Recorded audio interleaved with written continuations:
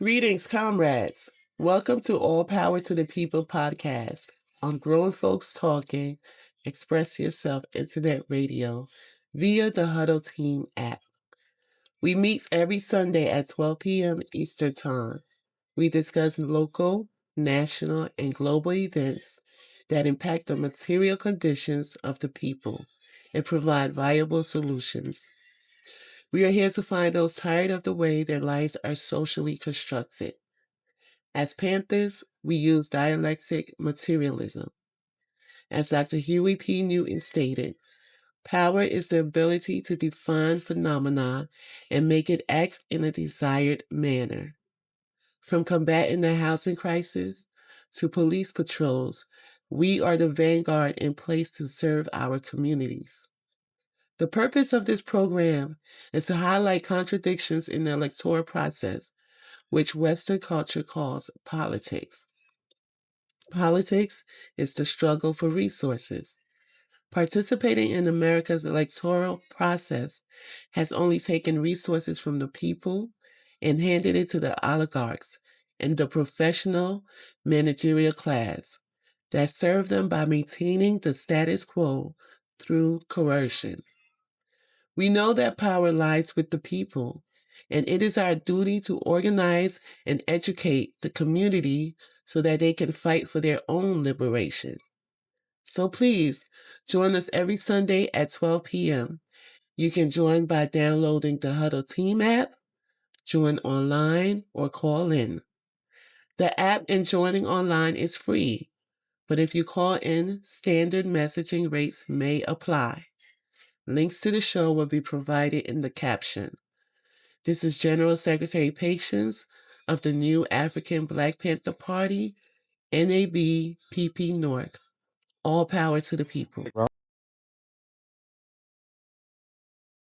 Few large cities have such a disreputable record for misgovernment as Philadelphia. In the period before the war, the city was ruled by the Democratic Party, which retained its power by the manipulation of a mass of ignorant and turbulent foreign voters, chiefly Irish. Riots, disorder, and crime were the rule in the city proper and especially in the surrounding districts. About the time of the breaking out of the war, the city was consolidated and made coterminous with the county. The social upheaval after the Civil War gave political power to the Republicans, and a new era of misrule commenced. Open disorder and crime were repressed, but in its place came rule of the boss, with its quiet manipulation and calculating embezzlement of public funds. Today, the government of both city and state is unparalleled in the history of Republican government for brazen dishonesty and barefaced defiance of public opinion. The supporters of this government have been, by a vast majority, white men and Native Americans. The Negro vote has never exceeded 4% of the total registration. Manifestly, such a political atmosphere was the worst possible for the new untutored voter. Starting himself without political ideals, he was put under the tutelage of unscrupulous and dishonest men whose ideal of government was to prostitute it to their own private ends. As the Irishman had been the tool of the Democrats, so the Negro became the tool of the Republicans. It was natural that the freedman should vote for the party that emancipated him, and perhaps, too, it was natural that a party with so short a following should use it unscrupulously. The result to be expected from such a situation was that the Negro should learn from his surroundings a low ideal of political morality and no conception of the real end of party loyalty. At the same time, we ought to expect individual exceptions to this general level and some evidences of growth. All power to the people. All power to the people. Chairman Africa, your host here. I'm your host on All Power to the People on Grown Folks Talking Network. Express yourself. Hope everybody doing good today, man. Hope everybody doing good, man. How everybody doing, man? Yeah, the Knicks won the championship, right? I really don't care. Didn't watch the game. I'm so far from even caring about sports anymore. But like, it is what it is. I mean, but that's what people watching. The World Cup, of course, the racist World Cup is going on. Aside from that, I realize rent is still high, still can't afford food, everything's still crazy, the water's still poison, police still killing people. They killed somebody in Philly yesterday, last night. Rode up and killed somebody, and that looked real suspect itself. What happened? Yo, he put, yo, the city was a fireman, and he pushed the sergeant, and then like the other police officer drew their weapons. He drew his weapon. He's an ex 57-year-old ex fire person, whatever, and they exchanged fire. Well, be that it said, man, yeah, he's dead, and everybody's talking about the police and the mayor. We really don't know what happened. We really never gonna know what happened because they lie. But like I said, welcome to All Power to the People. We're doing what's this right here? Let me see. We're doing chapter 17, section 50 and 52, and basically what he's talking about is Negro suffragists, black people getting the right, well, black men getting the right to vote, and then black people getting the right to vote, whatever. Suffragists mean voting and stuff like that. But that's what they're talking about. That's what he's going to go into. And it's interesting because at the end of this is probably like the last couple of minutes of this is the part where you really need to listen to. I mean, but it's important to hear the first part to see where their mind frame is at, where his mind frame at, to see the class dynamic, who they believe should vote, who shouldn't vote. Like it's the same thing today. The same class of people participate in the voting process. I mean, so I'm gonna start it right now. The Philadelphia Negro, Chapter 17, Negro Suffrage, Section 50, The Significance of the Experiment. The indiscriminate granting of universal suffrage to freedmen and foreigners was one of the most daring experiments of a too venturesome nation. In the case of the Negro, its only justification was that the ballot might serve as a weapon of defense for helpless ex-slaves. It would at one stroke enfranchise those Negroes whose education and standing entitle them to a voice in the government. You hear that? I mean, this is what they was trying to negotiate for to give the vote to black people, and you just heard them, their education and like ownership and property and things like that. That's what was going to determine if they voted, because the entire process, the entire government is in the hands of the people who control the government, who control society, the business people, the corporations. So the only people that they really, even Du Bois and them, was advocating for them to vote were free black people that own slaves, that own property. Not all black people, not everybody. And he was saying like it wasn't wise to let everybody vote because they were not smart enough. I mean, but you see what he said at the end. I'm gonna bring it back a few seconds so you can hear it again. As those Negroes whose education and standing entitle them to a voice in the government. Education and standing entitle you to a voice in the government. Where's your education coming from? Your education would have came from that same government. For you to believe and pursue their goals, that's the only way you should be able to participate. And for you to be able to participate, you got to show you got some money, you got some bread, you got some invested in this hustle, this pyramid scheme that we got going on here. You got to show that you're invested in it. If you're not invested in it, I mean, you can't be part of it. There can be no doubt but that the wisest provision would have been an educational and property qualification impartially enforced against ex-slaves and immigrants. In the absence of such a provision, it was certainly more just to admit the untrained and ignorant than to bar out all Negroes in spite of their qualifications. More just, but also more dangerous. Those who from time to time have discussed the results of this experiment have usually looked for their facts in the wrong place, such as, you heard what he just said? Those that have participated in this experiment.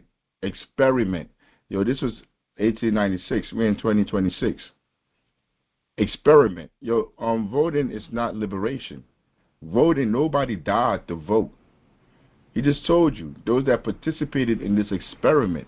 That's all the voting was, because they thought being able to vote will give them, will give them What did he just say? He said something a few seconds ago. I don't even remember. I mean, like we'll be able to protect them. Them being able to vote will give them some kind of assurance by being targeted by the masses of white people. That's what he just said here. He didn't say we had to die to vote. Nobody died for you to vote. That's a myth that's pushed by the managerial class to try to get you to accept voting as a means of liberation. But nobody died for you to vote. Nobody said I'm going to die for you to vote. In the South. Under the peculiar conditions still prevailing in the South, no fair trial of the Negro voter could have been made. The carpetbag governments of Reconstruction time were in no true sense the creatures of Negro voters, nor is there today a Southern state where free, untrammeled Negro suffrage prevails. It is then to Northern communities that one must turn to study the Negro as a voter, and the results of the experiment in Pennsylvania, while not decisive, is certainly instructive. Section 51. The history of Negro suffrage in Pennsylvania. The laws for Pennsylvania, agreed upon in England in 1682, declared as qualified electors. It was 1682. Not because when we're talking about black people being having the opportunity to vote, black people being slaves, like 60 something, you would still like according to the history and everything that we learned in school. I'm looking for a pen real quick. According to everything we learned in school, that black people were all slaves. I found the pen. I got one. That black people were all slaves. But you heard what he just said. What 16? What 1682? Bring it back a little bit.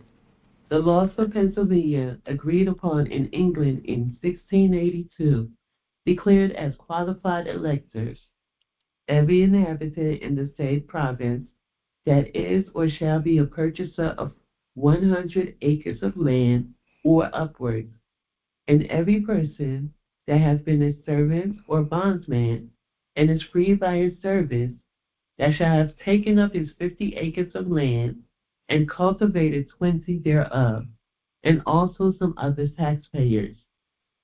These provisions. You notice none of that said whether you be black or white. It's only class. They're only talking about class. You got to have this amount of money. You got to own this amount of property for you to be able to vote. That is what the British were doing. Because the British, if you don't know, the British owned America back then. America was their colony, and they were making law. They were making laws all the way from England. Because most people think like because they live in a certain space, like you're free. Because you can get up, you can go outside, you can do whatever you want. You think you're free. They don't understand that it's a structure. There's a social structure that's put in place by people that may not even be in the same continent, may not even be in the same country, state, town. There are people somewhere else putting in place the infrastructure to control your life. While you're oblivious to what's going on, you're just in the fishbowl. You're just swimming in the fishbowl. You have no idea why they're doing what they're doing. You have no idea why the gas price is going up, why the food is going up, why your schools don't teach you nothing year after year after year. Man, you have no idea. You're just in the fishbowl, but you think you're free. In your mind, you're walking around like I'm free. There's no chains on me. But he's telling you in 16, because like you in 2026, and you wake up, you wake up on Sunday morning, or you woke up Friday, and you start like, man, everything is unfair, man. Racism, this, that. Carmelo Anthony. What's going on with Carmelo Anthony? But you have no idea of the history. You have no idea the enemy that you're fighting, who you're fighting. You're just talking. And then you know too much, because as Americans, we know everything. All of us, we know can't nobody tell us nothing. When I was younger, I remember. I can still remember back then when I didn't know what I know now. Couldn't nobody tell me nothing. In fact, I try to act like I'm smarter than them when they're telling me. I remember those days. And I know that most people are like that. We think we know everything. Were in keeping with the design of partially free Negroes. After 14 years' service, they contemplated without doubt black electors, at least in theory. It is doubtful if many Negroes voted under this provision, although that is possible. So what he's saying is it was in theory. Like this, is what they was thinking about in England. Like they were thinking about that over there, but in theory, like they don't know. There's no data for them to know if black people actually voted during that period. In the call for the Convention of 1776, no restriction as to color was mentioned. And Now he moved up to 1776. That's 20, 70. That's almost that's almost 100 years later. That's almost 100 years later minus 6. Was 70 what 4? 74 years later. 76. And he said what there was no provision for race. Let me bring it back. But race wasn't a part of it. But the reason why I'm showing this to show like from the beginning, from the inception of this nation, it's always been about class. I mean, we all hear it. We all understand race is a social construct. But it seems like we really don't get it because we practice cognitive dissonance. Even though we know race is a social construct, everything around us is about race. Everything. We allow these people to cloud our minds and to tell us it's all about race. The same people that get their education, get these jobs, and then move their families away from us and move to the suburbs, they tell all of us everything is about race. And who they going to move with? Who they going to move with in the suburbs?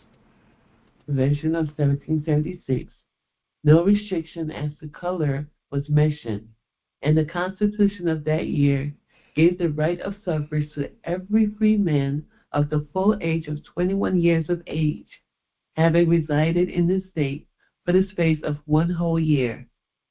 That's 1776. Everybody there, where they in Pennsylvania?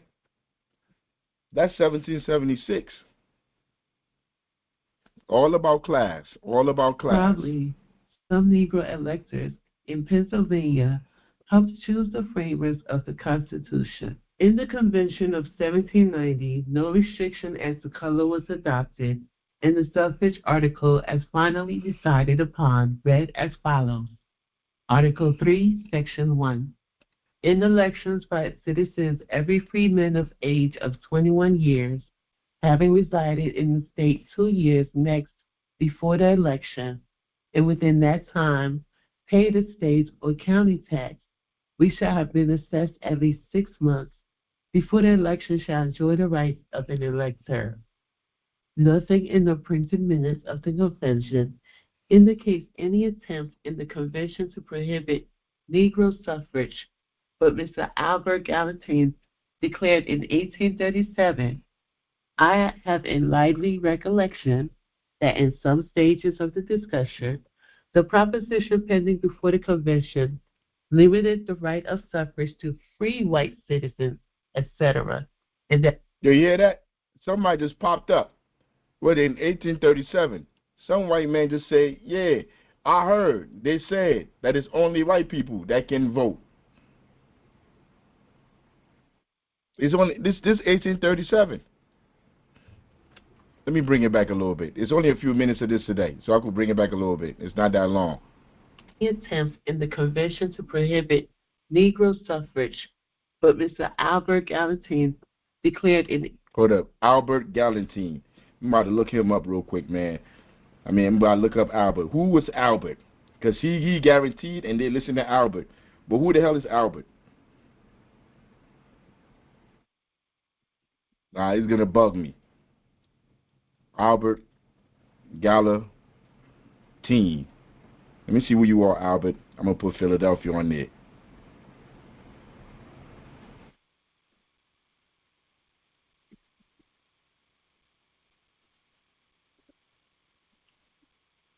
Albert Gallatin, the Swiss-born forgotten founding father and America's longest-serving Secretary of Treasury, played a formative role in both Pennsylvania's early statehood and the nascent federal government. They go on here to talk about his political rise, but they're telling you who he was. He was born in Switzerland, an immigrant. America's longest-serving Secretary of Treasury. He was the longest-serving Secretary of Treasury. Where the money at? And he's saying like, nah. He said, I heard. Somebody told me that like that ain't what it's supposed to be. What it's supposed to be is only white people could vote.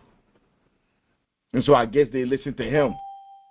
1837, I have a lively recollection that in some stages of the discussion, the proposition pending before the convention limited the right of suffrage to free white citizens, etc., and that the word white was struck out on my motion. It was alleged afterwards that in 1795 the question came before the High Court of Errors and Appeals, and that its decision denied the right to Negroes. No written decision of this sort was ever found, however, and it is certain that for nearly half a century, free Negroes voted in parts of Pennsylvania. As the Negro population increased, however, and ignorant and dangerous elements entered, and as the slavery controversy grew warmer, the feeling against Negroes increased, and with it opposition to their right to vote. In July 1837, the Supreme Court sitting at Sunbury took up the celebrated case of Hobbes and others against Fogg. Fogg was a free Negro and taxpayer and had been denied the right to vote by Hobbes and others, the judges and inspectors of election in Luzerne County. He brought action and was sustained in the Court of Common Pleas, but the Supreme Court under Judge Gibson reversed this judgment. The decision rendered was an evident straining of law and sense. The judge sought to refer to the decision of 1795, but could not cite no written record. He explained the striking out of the word white in the Constitutional Convention as done to prevent insult to the dark-colored white men and help. Hey, yo, are you listening to what these people are saying? Yo, this government official, these judges, all these people, yo, they've been lying forever. And yo, so they went to the judge. So first of all, it's a black guy. It's a Negro. Like, he must have been an ex-slave. He must have been mulatto. He derived from the slave master sleeping with the slave, whatever. So now he had got to the point where he owned property. He got a little bit of bread. So this dude said, he took it to court like, yo, I'm supposed to vote. What you mean? I'm a new Negro. I'm supposed to vote, man. I'm just like you white people. I can vote. Yo, he went to court. So the judge said, even though we can't see no paperwork from 1795, we can't see no paperwork that they said that white was stricken out so everybody could vote. He was like, nah, we don't see that. He was like, the only thing that I see is that they took it out because they didn't want to offend darker white skinned people. What is he talking about? What is the judge talking about? But the same thing go on today. The judges, like, they do stuff like this today, right now. Like, what the judge gave Carmelo Anthony 30-something years, 35 years, right? They sat there at the case. They ran up on him. They even put their hands on him. And he took out his knife to protect himself, knife that he's supposed to have. Yo, they found him guilty. You're not supposed to protect yourself. He doesn't have any right to protect himself. Even after they put their hands on him, you're not supposed to protect yourself. Not one, not two, a couple of them. And we haven't seen the video. I don't know if anybody here has seen the video of the incident, but it's supposed to be a video. How come none of us have seen the video yet? I haven't seen the video. Yo, anybody here seen the video? General Secretary, who's here? Ibrahim, you seen the video, bro? Talk to me, man. When I say, yo, come on, bro, talk to me. You seen the video?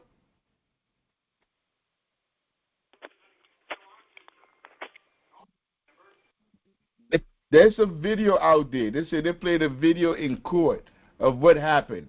I've been trying to find the video. I haven't seen the video. Anybody seen the video?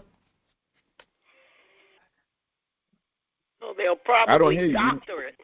They'll probably doctor it first.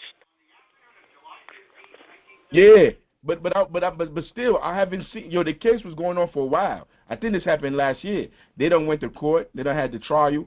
If there is a video, how come we haven't seen the video? I keep seeing accounts of people coming on saying that they saw the video, that they went to see the video. The video that they saw is not the same video they showed in court. But how come we ain't see the video yet?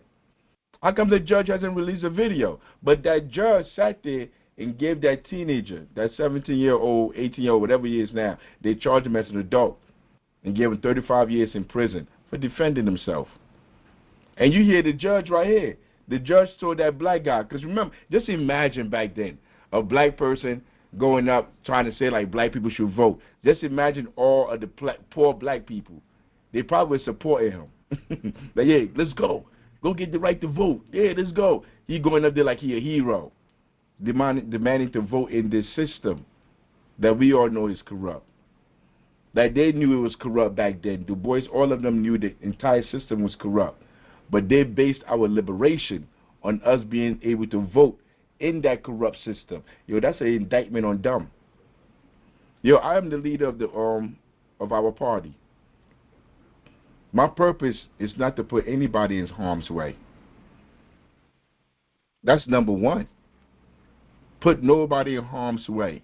And then number two is I got to know what I'm talking about for me to be able to put together a strategy to be able to achieve what we are trying to achieve. So if Du Bois and all these black intellectuals understood that this government was corrupt, was based on class, was based on money, why were they trying to get the rest of us to go into this government, to go into this society? Because they didn't see us as worth anything, that we wasn't valuable. The more of us that they could get to support them and their ideas, the higher up they climb on the ladder of imperialism. But we stay where we were. Yo, this is deep. But anyway, the judge said what he said. The judge said, like, nah, no darky. They did not strike out white because they didn't want black. I mean, they said they wanted black people to vote. They just didn't want to upset darker skinned white people. I'm going to bring that back a little bit so you can hear it yourself again. This trading of law and sense. The judge sought to refer to the decision of 1795, but could not cite no written record. He explained the striking out of the word white in the Constitutional Convention as done to prevent insults to the dark-colored white men, and held that a Negro, though free, could never be a free man. All doubt was found. Did you hear that? That's what the judge said. A Negro, even though free, could never be a free man. A Negro, even though free, can never be a free man. Like, do people understand what they're telling you? Even though they don't have no chains on you. Even though you're not bound to them, you could never be free. You're not free to think how you want to think. You're not free to move how you want to move. You're not free to do nothing. You're here to be a slave to us, and the way you move has to benefit us. That's the only way you exist. You see, this is how I understand the dynamic. So when Frantz Fanon comes along and write his book in 61 or 60, whenever he wrote Wretched of the Earth, and he's telling me, Frantz Fanon is telling me, yo, they can only be, the last can be first, and the first has to be last. Those are the only two options you have. The last, which is me. I'm the last. I'm at the bottom. The masses of the people, the poor people, the people starving, paying rent, living rent to rent. These people, they're the last. The only way we can have a changed society, or the society is different, is by those people being able to have power to make decisions.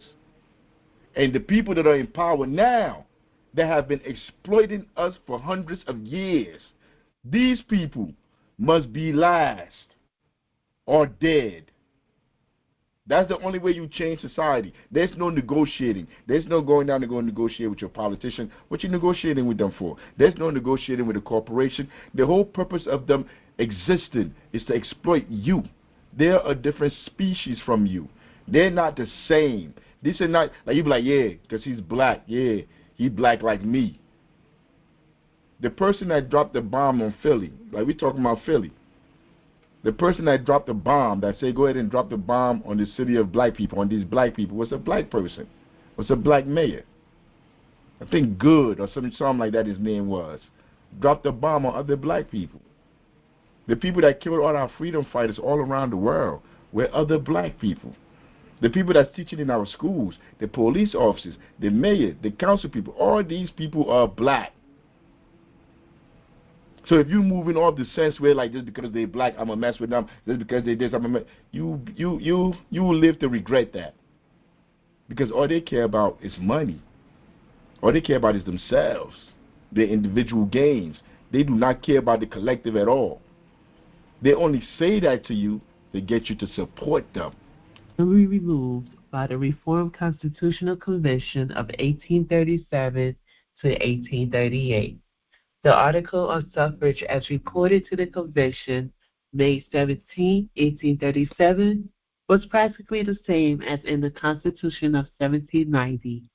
This article was taken up June 19, 1837.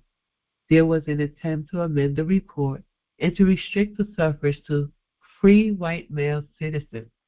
The attempt was defended as being in consonance with the regulations of other states and with the real facts in Pennsylvania, since in the county of Philadelphia, the colored man could not with safety appear at the polls. The amendment, however, met opposition and was withdrawn. The matter arose again a few days later, but was voted down by a vote of 61 to 49. The Friends of Exclusion now began systematic efforts to stir up public opinion. No less than 45 petitions against Negro suffrage were handed in, especially from Bucks County, where a Negro had once nearly succeeded in being elected to the legislature. Many petitions, too, in favor of retaining the old provisions came in, but it was charged that the convention would not print petitions in favor of Negro suffrage. Hey yo, but like if you're listening, this is 1837 that they're talking about. This is not he hasn't even gotten up. You see, because Du Bois is doing a study, so he's going back hundreds of years. He's trying to show you like how this is systemic. So if he's going back, he's in 1837 now. He hasn't even gotten to 1896 when he wrote the book in 1896. And he's showing you the crooked games that they play, how they try to keep black people from voting back then, even though black people voting wouldn't have done nothing to change anything. The power dynamic, we're in 2026. We can look back now and see the power dynamics is still in the hands of the people that they want it to be in, that the government is structured for it to be in. That's who power resides with. But when you're talking to somebody today, in 2026, they'll tell you if the vote wasn't so important, why would they fight so hard for us not to get the vote? Maybe it's a distraction. Maybe it's a distraction from you really. If they keep fighting with you not to allow you to vote, all that energy that you're spending over there, you're not organizing your own community to build your own. You're not pulling your resources to build your own buildings, homes, communities. You're over there fighting to join theirs. Even though it's been proven to you, you've been voting since forever. Nothing has changed. Everything has gotten worse in your community. Everything has gone up. The price of living has blown. But you're still fighting to vote. We're talking about, this is 1837. So in 2026, if you've been trying this strategy since then, and it hasn't worked right now, where you're crying about Carmelo Anthony, you're crying about all these people that they're killing, all this, like they walk up, they shoot a woman in the face in her own kitchen. She don't have no gun, nothing. They run around kidnapping people off the streets. Somebody trying to say something? They kidnapping people off the streets, and nobody's doing anything about it. And some members did not wish to receive petitions from Negroes. The discussion of the third article recurred January 17, 1838, and a long argument ensued. Finally, the word white was inserted in the qualifications of voters by a vote of 77 to 45. A protracted struggle took place to soften this regulation in various ways, but all efforts failed, and the final draft, which was eventually adopted by popular vote, had the following provisions. Article 3, Section 1. In elections by the citizens, every white freeman of the age of 21 years, having resided in this state 1 year in an electoral district where he offers to vote 10 days immediately preceding such election, and within 2 years paid a state or county tax, which shall have been assessed at least 10 days. Section 52, City Politics. About 5,500 Negroes were eligible to vote in the city of Philadelphia in 1870. The question first arises, into what sort of a political atmosphere were they introduced? You see what I'm talking about? This is Du Bois. He's saying now to like what kind of political climate were they introduced to? He's about to explain to you the kind of political climate that they're introduced to. And I want everybody to listen to this because this is very important. Because I need you to listen to it and ask yourself what's different from now. What he's explaining about the political class back then. What is different from now? And remember, politics is the struggle for resources. That's all politics is. The struggle for resources. Being a Republican don't make you a politician. Being a Democrat don't make you a politician. When you understand that you're struggling for resources and you know what group you're struggling to get those resources, then you understand what politics is. Whether you pick the right side or the wrong side, it's up to you. But once you understand that, but if you just run around thinking like voting, or because you're a Democrat, you participate in politics because you're watching MSNBC or CNN, you're a complete fool. That is not politics. You're a political fool. That's the correct term for you. Because Google it. That's a term. I think it came up like in Greek. The Greeks or whatever came up with it. You're a political fool. What was it? I think Socrates came up with the term. Political idiot or political fool. Political idiot. That's what you are, a political idiot. Because you have no idea what is going on, but you just bumping your gums. You picking sides, calling yourself a conservative. What are you conserving, stupid? See, when I start to think about it, it makes me upset because the people flash up in my mind. People that are defending these things, black people that are in our community trying to defend these ideas that are counter to any revolutionary we ever had. How are you a conservative? Douglas Freeman? What's her name? General Secretary, the one that keep posting these videos talking about the protesters. Deborah Salters. How are you a conservative? I mean, like, explain it to me. Come here, have a conversation, or tell anybody. How are you a conservative? What are you trying to conserve? How are you with the police? How are you on the side of the state police? You call yourself black. I hear these people, they be like, yo, you know what? I'm not even going to go there. I'm going to let it ride. Go ahead, Du Bois. And what training did they receive for their new responsibilities? Few large cities have such a disreputable record for misgovernment as Philadelphia. In the period before the war, the city was ruled by the Democratic Party, which retained its power by the manipulation of a mass of ignorant and turbulent foreign voters. Who ran Philly? The Democratic Party. And how did they maintain power? By exploiting ignorant people. Mainly back then it was Irish people. By exploiting them. I'm saying the Democrats, like, they flip back and forth, Democrat, Republican, every couple of centuries, whatever, like, they flip back and forth. But the Democrats, they could have been a Republican, they called themselves Democrats calling them. But anyway, it flipped again after the war with, what's his name? With Lincoln. See, like, most people don't know. Black people, when they started voting, they supported the Republican Party. Because to them, Abraham Lincoln freed the slaves. It wasn't until they locked up Dr. King. And when Dr. King came out, I think JFK or somebody they had a hand in freeing him. And when he came out, he did an interview saying he's switching whatever to the Democratic Party. And that's when everybody flocked over to the Democratic Party. That's when they started voting Democrat.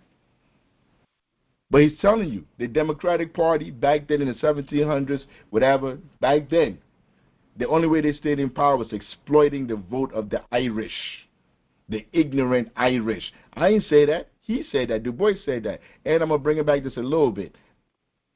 Few large cities have such a disreputable record for misgovernment as Philadelphia. In the period before the war, the city was ruled by the Democratic Party, which retained its power by the manipulation of a mass of ignorant and turbulent foreign voters. Yo, Du Bois wasn't here. He's telling you what the Democrats were doing back then. He's not here to see what they're doing. But Du Bois, you doing the same thing though. You telling these ignorant black folks that their liberation isn't going to go vote. It's in participating in the system. You doing the same thing. Even though here, like I'm telling you, the contradictions are glaring. You're here. This is at the end. This is like at the end of the chapter.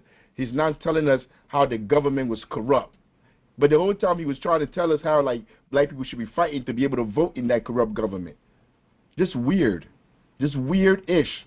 I mean, but why is he saying that? Because most likely he's getting paid by these people. He's getting paid by the what was the group over here? What was the group over here? The what? Not the Mormons. What are they? The Quakers. He was getting paid by the Quakers around this period writing this book. Then he was getting paid by Zionists. He was getting paid by Jews. He was getting funded. The NAACP, all these organizations that was put in place were by and large Zionist organizations, controlled by Zionists, to control how ignorant black people think. That's what you was doing, Du Bois, back then. Yeah. I mean, so the same government you're talking about, you're really participating in the same hustle that they're participating in. The Irish. Riots, disorder, and crime were the rule in the city, proper and especially in the surrounding districts. About the time of the breaking out of the war, the city was consolidated and made conterminous with the county. The social upheaval after the Civil War gave political power to the Republicans, and a new era of misrule commenced. Yeah, that? After the Civil War, the power went over to the Republicans because everybody said Abraham Lincoln freed the slaves, even though you wasn't free. Because you know that's why y'all about to celebrate Juneteenth, that y'all free again, because like y'all wasn't free. So now you celebrating Juneteenth. I said we free now. Because back then, like everybody like to think like we're so different. Yo, the same way how you moving now is how they moved back then. You know we're not free. Everybody say here, no, we're not free. We all know the system is rigged. Yo, I said that to he at work. Excuse me. I said that if you try to test me, we free. Oh my God.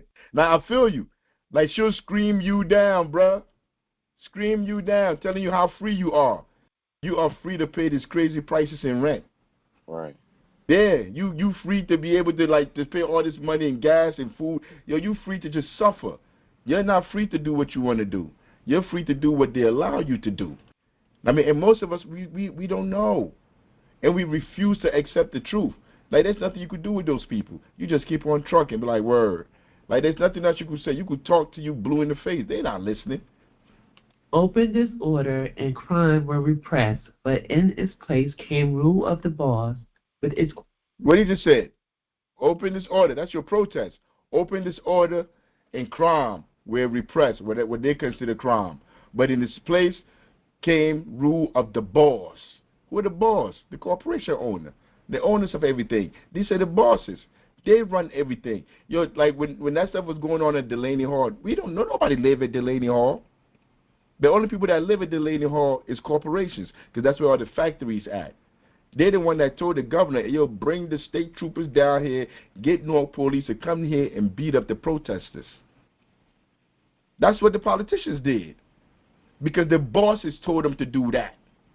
That's who ruled things, the boss. And this is in 1896. Du Bois is telling you this. And in 2026, if you don't understand, how many years has that been? If you don't understand that by now, then like there's something wrong with you. I mean, real talk. with its quiet manipulation and calculating embezzlement of public funds. Oh my Jesus. Today, the government... Oh my Jesus, listen to that. ...and calculating embezzlement of public commenced. Open disorder and crime were repressed, but in its place came rule of the boss, with its quiet manipulation and calculating embezzlement of public funds. Yo, what's different from today? When they write their little stuff, they do their little money, wealth transfer, they give all this money. Yo, they say your boy a trillionaire. Who I'm talking about? Who they say a trillionaire today? I think yesterday, it came out yesterday that your boy a trillionaire. Anybody know who I'm talking about? Anybody? No.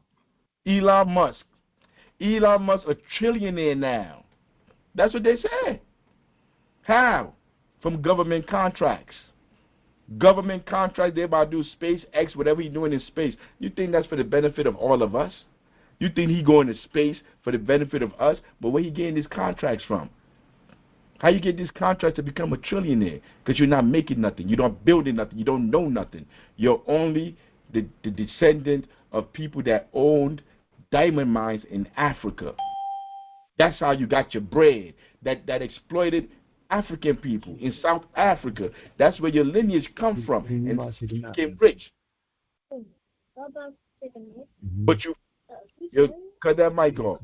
But you parlay your richness, what your family gave you, into becoming a trillionaire by buying governments, by buying politicians. And now you're a trillionaire. And what is the boy saying back then? It's quiet manipulation and calculating embezzlement of public funds. That's what they're doing now. What do you think Trump is doing? What do you think Trump is doing? Their whole family, they're all embezzling. What do you think Biden and them doing? Yo, when Biden left office, he gave immunity to his whole family. Nobody in his family can be brought up on charges on anything. Nobody, because they were in there embezzling. Obama became a millionaire. The Obamas are millionaires now. What they do to become millionaire? They're millionaire now. All these people embezzle money. You want to go to Bush before that? You want to go to the Clintons? Oh my God, the Clinton Foundation. The Bush before Clinton, Reagan, Carter, Ford. You can keep going. Was it Nixon? You can keep going all the way down the line. All these people were embezzlers and scammers. They were paid by the corporations to do the bidding of the corporations. And that's what he's telling you in 1896. This is the governments that are in place. The same government that's still in place now. They'll keep listening to what he's going to say. Today, the government of both city and state is unparalleled in the history of Republican government for brazen dishonesty and barefaced defiance. It's like he here today. Yo, these people go on camera. You just sent a bomb and blew up a whole country, and you come on camera and say they attacked you. We'll see on camera where the police take out guns and they shoot somebody in the back 40 times for having a candy bar or a brush or a telephone in their pocket, and they'll tell you that person attacked them, so they had to shoot them 40 times in the back. And you sit here, you know in the back of your mind like they're lying, but you do nothing about it because you don't care. Why was Clinton the main reason for the downfall? Tell me, my boy. Do you know? Can you explain it to me? Huh, Berkliff? Come on and say hi. Berkliff. Unmute yourself. Oh, I can't speak. You at work? My bad, my boy. My bad. You on the plantation. You got the headphones in. I mean, you can't speak. Your mic is unmuted. What you mean? We got to unmute your mic?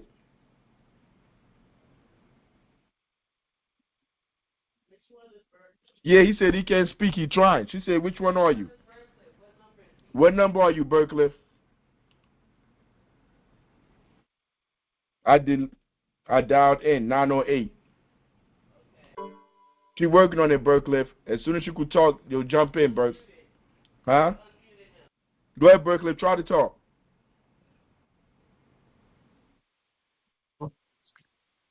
I heard something. Hello? There you go, Berkliff. Hello? Yeah. Hello?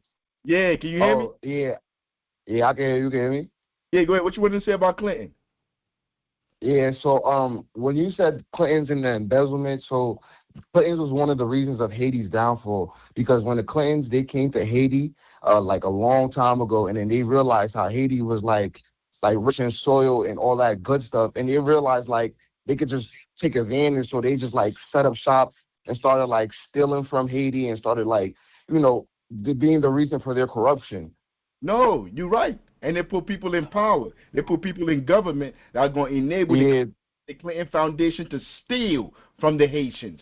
Yeah, you're right, Berkliff. Real talk. Yo, this is the comrade Berkliff, man. Berkliff, what school you at, Berkliff? I'm at Morgan State University. Yo, the homie in Morgan State, man, he trying to get a degree in dentistry, man. He gonna be taking out teeth. I mean, Yeah. I need you to come work on my teeth too, my boy. What up, yo? Yeah, you know, I'm doing it for the hood. You know that. Yo, but you're right, Berkliff. You're 100% correct, man. Yo, and this is why I want y'all to come to these spaces, because this is the conversation we're talking about for you to understand how far back this goes. Now, remember, look, dishonesty and barefaced defiance of public opinion. Despite what we want, a General Secretary, I messed up because I wanted to have up here the article from the Princeton article that says no matter what we do, how many votes we count, nothing changes. I wanted to have that up here. I wanted to show that right now, too. But look up here. This is the government now. He's talking about the Republican Party back then. This is who they were. Barefaced defiance of public opinion. And what else? Tell me what else, Du Bois. Of public opinion. The supporters of this government have been, by a vast majority, white men and Native Americans. The Negro vote has never exceeded 4% of the total registration. Manifestly, such a political atmosphere was the worst possible for the new untutored voter. Starting himself without political ideals, he was put under the tutelage of unscrupulous and dishonest men whose ideal of government was constituted to their own private ends. You hear what he's saying? Do you hear what he's saying? What government is, what this government does? To their own private ends. So you run around in the city, all these politicians, all they're doing is for their own private ends. And you can see the contradictions in how they move. Like they tell you they're with the people, but they'll go down to Delaney Hall and they'll go down there and hold hands with the police. They'll pray for the police. They talking about they're in church. They're doing the Lord's work, but they're here with the police. So Jesus would have been here with the Roman police. That's what Jesus would have been walking the streets with. So if people were getting persecuted, so you're telling me Jesus would have came to that persecution and he would have held the hands of the Romans and he would have said to the Romans, let's pray. Let's pray about all these heathens over here. These people are just liars. They're scammers on the highest level. The politicians, the people in government are the highest level of scamming. And I ain't say that to you. He said that to you. Du Bois is telling you that. From Long Island. Somebody saying something? L from Long Island. How you doing? Brother, your program is on. And I just wanted to add something to the young brother who, dentistry. When he finishes with your teeth, please come and help me. Okay? Number one. The Clintons went into Haiti and they owned the gold. Gold was discovered in Haiti over, I'd say, 15 years ago. They own the gold in Haiti. Their cousin has control of the mines. They pay the Haitian, the present government now, okay, what is it? After they get finished with their operating costs, which is the mining of the ore, okay, and they have it delivered and they cover their operating costs, they then pay the government $2 per whatever it is, pound or something of that nature. Haiti has been robbed since it gained its freedom. Number one, Citibank. There was a ship that was sent in 1916 and took $5 million. $5 million, or is it 100? It's worth $150 million today. It took the gold out of the National Bank. I listen to you, young brothers, and you are on the money. Please continue. And Du Bois is on point, but keep in mind, Du Bois did, yes, he had to grow. And yes. Where is he buried today? Africa. Where did he leave? He left, right. Yes. And what we need here to replace some of these so-called folks who are trying to advocate for us, like Maxine Waters, like Cory Booker, like what's the brother's name? Byron Douglas, like Hakeem Jeffries, like Corey Brooks, I think that's his name, from Brooklyn, from Jersey. Cory Booker. What? Thank you, Booker. We need to unmask those folks who claim to be doing stuff for us, like Al Sharpton. Some folks call him a reverend. Praises the Reverend Dr. Martin Luther King, but he hasn't done anything but used him. He reminds me of Jesse Jackson when the Reverend Dr. Martin Luther King was shot. He ran up to the balcony to wipe his hand in the blood and wipe it on his dungaree suit to show his distress like he was there. Okay, that assassination and murder of the Reverend Dr. Martin Luther King, he didn't die on that balcony. He died by the hands of a doctor in the hospital who suffocated him. We have to do taxes just like Fred Hampton. All right? And as you mentioned Osage Avenue, where the Move House was bombed, that mayor of Philadelphia was a doggone, what do you call him, preacher. And his son became preacher after him. And it was, I think, the person who was running the police department and who had control of everything, he was Caucasoid. Caucasian. I believe his name was Rice. My brother, I will listen to you as long as I'm alive, because I know I'm targeted. All power to the people. All power to the people. And if you keep up the work, because if and when they have poisoned me now, all right, and that's why I'm trying to hang on and do the best I can. I had been on a program and had named names of certain people who are milking this where I live at. I live in a hamlet. Yo, right? you are always welcome here. And like, I will be calling in as long as I can. And I thank you for giving me this grace. Thank you. Keep strong, brother. Keep strong. Thank you. His power and spread it. Spread it too. If he's 2 years old, 1 year old, talk to him. Talk to her. Spread the news. You are 100% correct. That will make you free. You are 100% correct. And you hear what we're saying about Du Bois. You heard what she said where Du Bois ended up dying at. Because this is early Du Bois. This is when Du Bois first started. And I mean, like, look, he's right here. I mean, I am a sociologist by trade. I mean, so like one of the founding fathers in my mind that helped me understand the society was Du Bois. I mean, so like his picture is here. His books are all over my house because I read it. But I could still disagree. I could still see contradictions in there. I mean, because I understand at the end it's a class war. And why am I saying that? I'm saying study from everybody. Do not close your mind in and just read certain things. Read everybody, even though they make you mad. They make you frustrated to read the nonsense they're talking. You have to read it. But let me finish out with Du Bois real quick. And the Irishman had been the tool of the Democrats, so the Negro became the tool of the Republicans. Yeah, that's Du Bois telling you. Became the tools of the Republican. The Democrats became the tools of the Republican. This is in 1896. It's telling you this.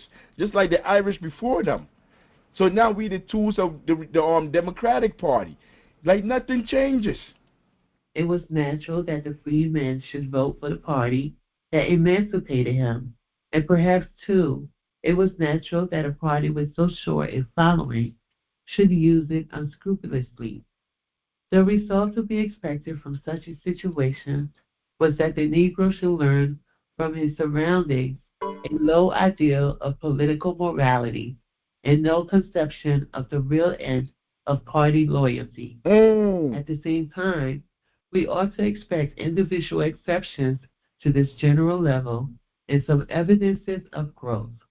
Yeah, I mean, yeah, some people that ain't with it. Yeah, like the Black Panther Party. We're not off it. We don't believe in the whole government. Everybody, he's saying like there's exception to the rule, but by and large, most of our people fall into one of these cults, this Democrat or Republican cult, and they're being led around by one of these two parties, or even the third one, the Green Party, whatever, independent. Yo, in their system, in their electoral process, there is no liberation. I don't care what party you call yourself. Like, you know, like all black people in America right now. Let's say all black people in America came together and said we're creating the Black Power party. We're going to have the Black Power Party. And you go into those elections controlled by this government. You are a fool because you will not win. You will not win. Their system is not put in place for you to win. They will not even have you come up to talk to anybody. In fact, before you even get there, they may whisper in your ear like they did Bernie Sanders. Had that boy scared straight. Had Bernie Sanders scared straight. Talking all that talk, all that tough talk. I'm going to do it. You ain't going to do nothing, chump. You're going to sign off to go blow people up around the world. You're going to become a Zionist. I'm going to live to watch you become a Zionist, going down and supporting Israel, bombing people, talking about you walked in the civil rights movement. So it's people that go walking outside now. It's people that walk at rallies now, go to Black Lives Matter. Yo, you know, 100 years from now, everybody's gonna be saying 100. I said it right. 100 years from now, everybody's gonna be saying, yeah, I was part of Black Lives Matter.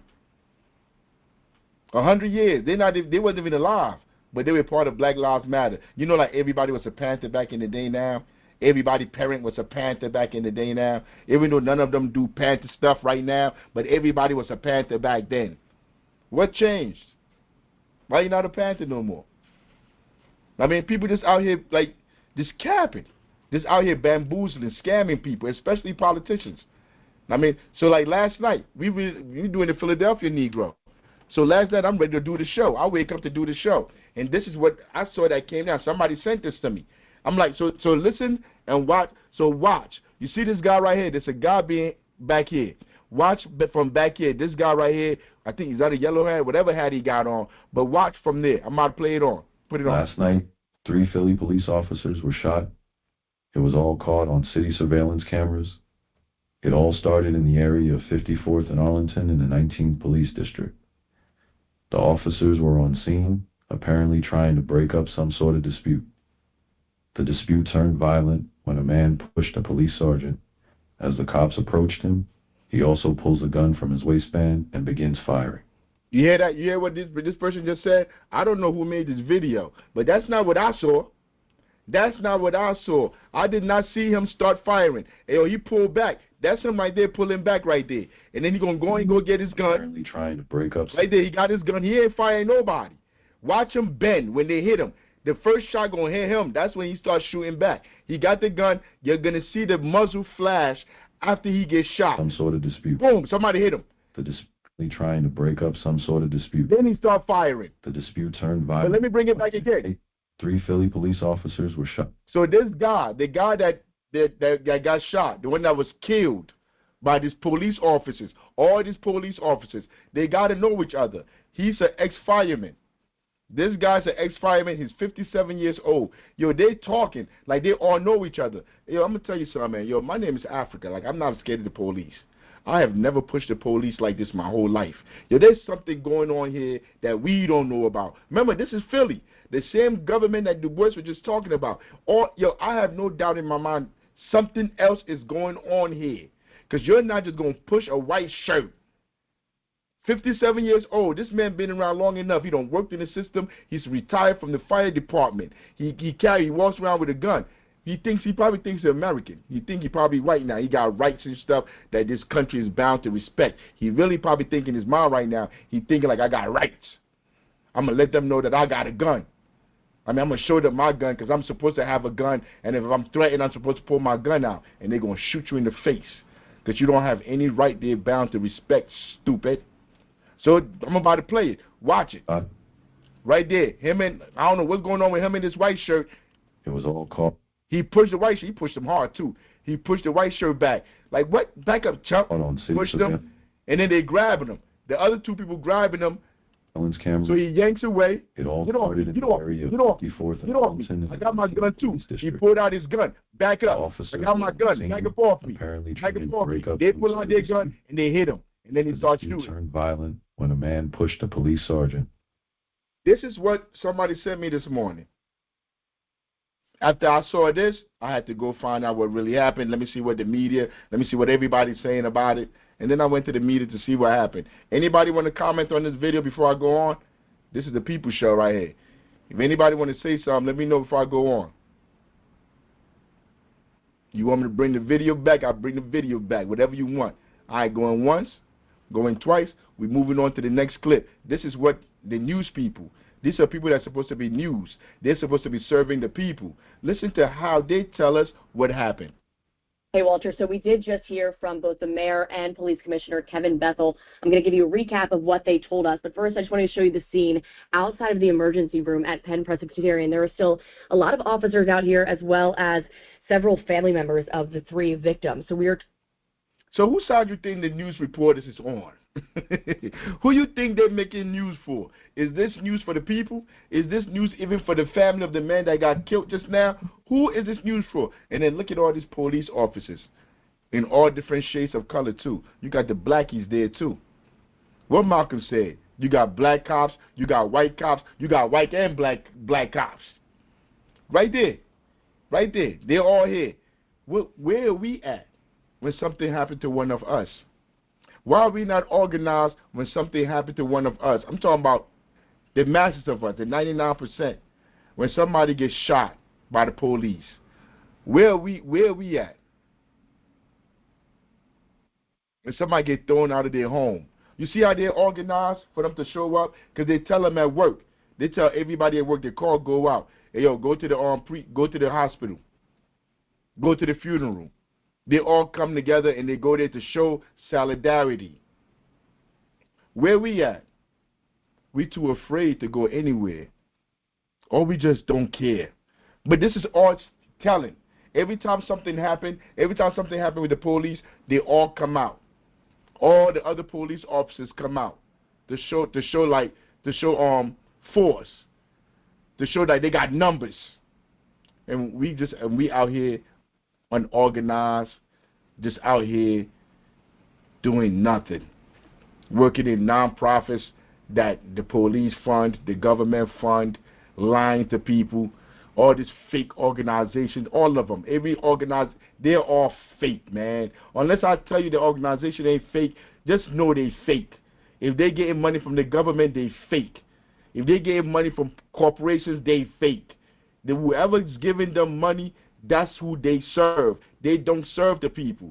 So you get one of these organizations in the hood. They talking about, what's her name? The lady in New York. She got an afro. Dr. Some. Everybody a doctor that don't even have no real degree. Dr. Some with the long elbow face.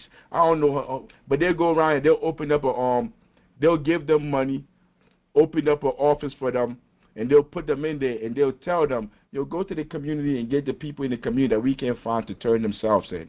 Get them to come report their guns, to come bring their guns so we could buy their guns back. So these fake activists that work for the politicians and the corporations, they come into our communities. And, yo, we have a gun buyback because they know people can't eat. They know people are starving. So they we have a gun buyback. Bring your gun. We're going to buy your gun. You want to turn yourself in? Yo, a couple of weeks ago, I saw some dudes from the hood, a whole bunch of them lined up to go turn themselves in because the mayor told them to come turn themselves in. Because the fake organization they with told them to come turn yourself in. I'm never telling you to turn yourself into the crackers. You can forget about it. I'm never telling you to turn yourself in. Never, ever, ever, ever, ever. Tell somebody, what? Man, if they're talking about doing a couple of years, you might as well just leave. Because you don't have to be here forever, man. Just leave. We put some bread together to get you out of here. But I'm not telling you to turn yourself into these people. Because I got my mind made up. I know they say my friends. I know this government is not my allies, not my friend. It's not here to serve me. I know they are the enemy. So I know how to move accordingly. But when you walking around here talking about you going to vote, you celebrating Juneteenth, you about to celebrate 4th of July, you about to celebrate Easter, you about to celebrate Halloween, you about to celebrate Christmas, you all lost. You all kind of confused. So you running around wearing T-shirts talking about snitch. Just snitch on everybody. Just running snitching conventions all in the hood. Talking about you from the hood. But you a snitch. You telling people to go snitch on themselves.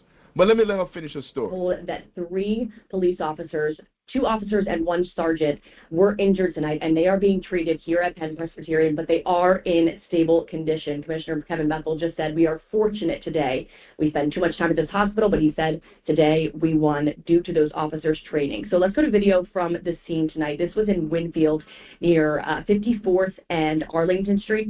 Yo, and I want you to listen to this. Listen to the lie. Yo, listen to why these people are not journalists. These people are scribes. Yo, watch the throw off. Yo, I'm telling you, they do this all the time. It's like seamless. Watch the throw off. Listen to what she said. So officers responded to a shooting. Commissioner Bethel said a car was shot up. Then an individual near the scene engaged with officers multiple. Yo, why you told us about the car that was shot up? They did not respond to him.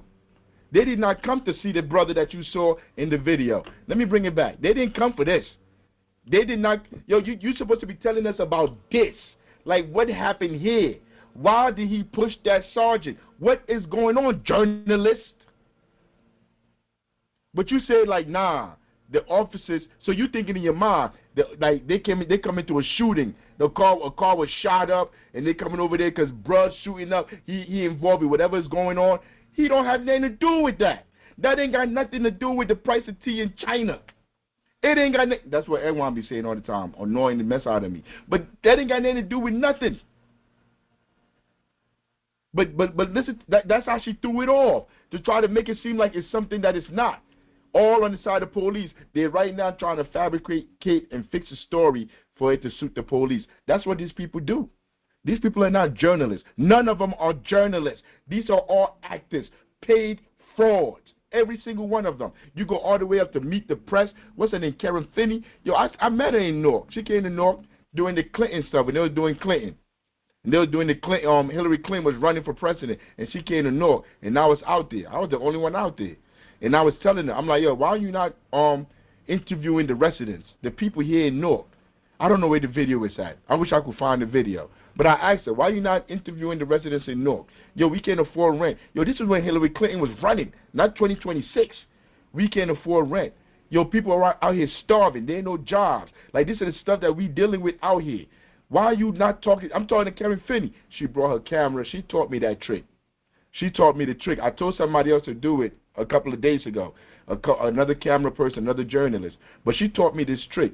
She turned the camera on, she interviewed me, and then sat on it, like destroyed that. Like, it never went anywhere. You see, but I'm thinking in my mind, like, yo, she really listened to me. But she's a professional. She's a professional scammer, actor, and crook. Most of these people, when I go play and I heckle them, they just get mad. They shut up and they run away. Instead of turning that camera on, 52 faking me out. Because they're not professionals. That's why they're not going to go that far.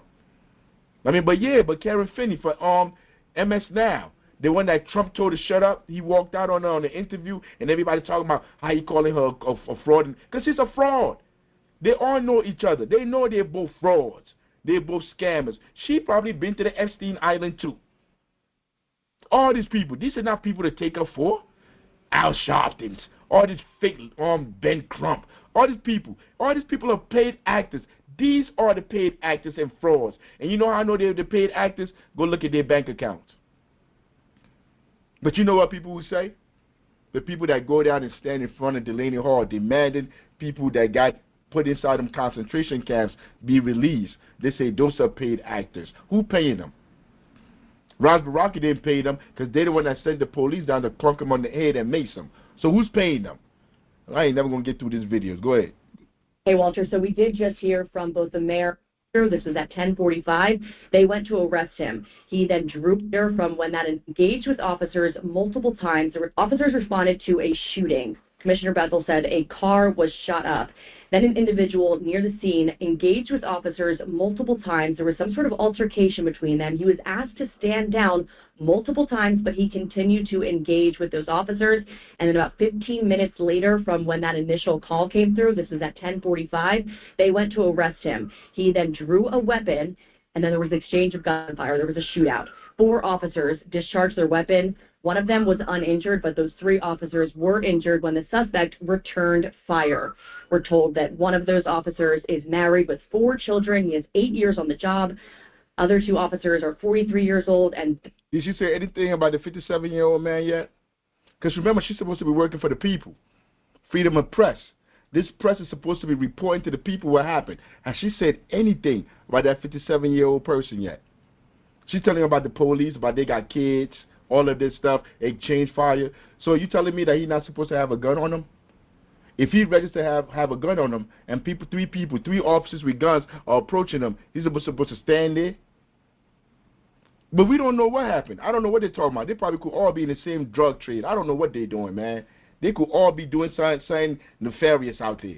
I mean, but what I know is this journalist isn't telling us what happened out there. She's telling us the story that she has made up.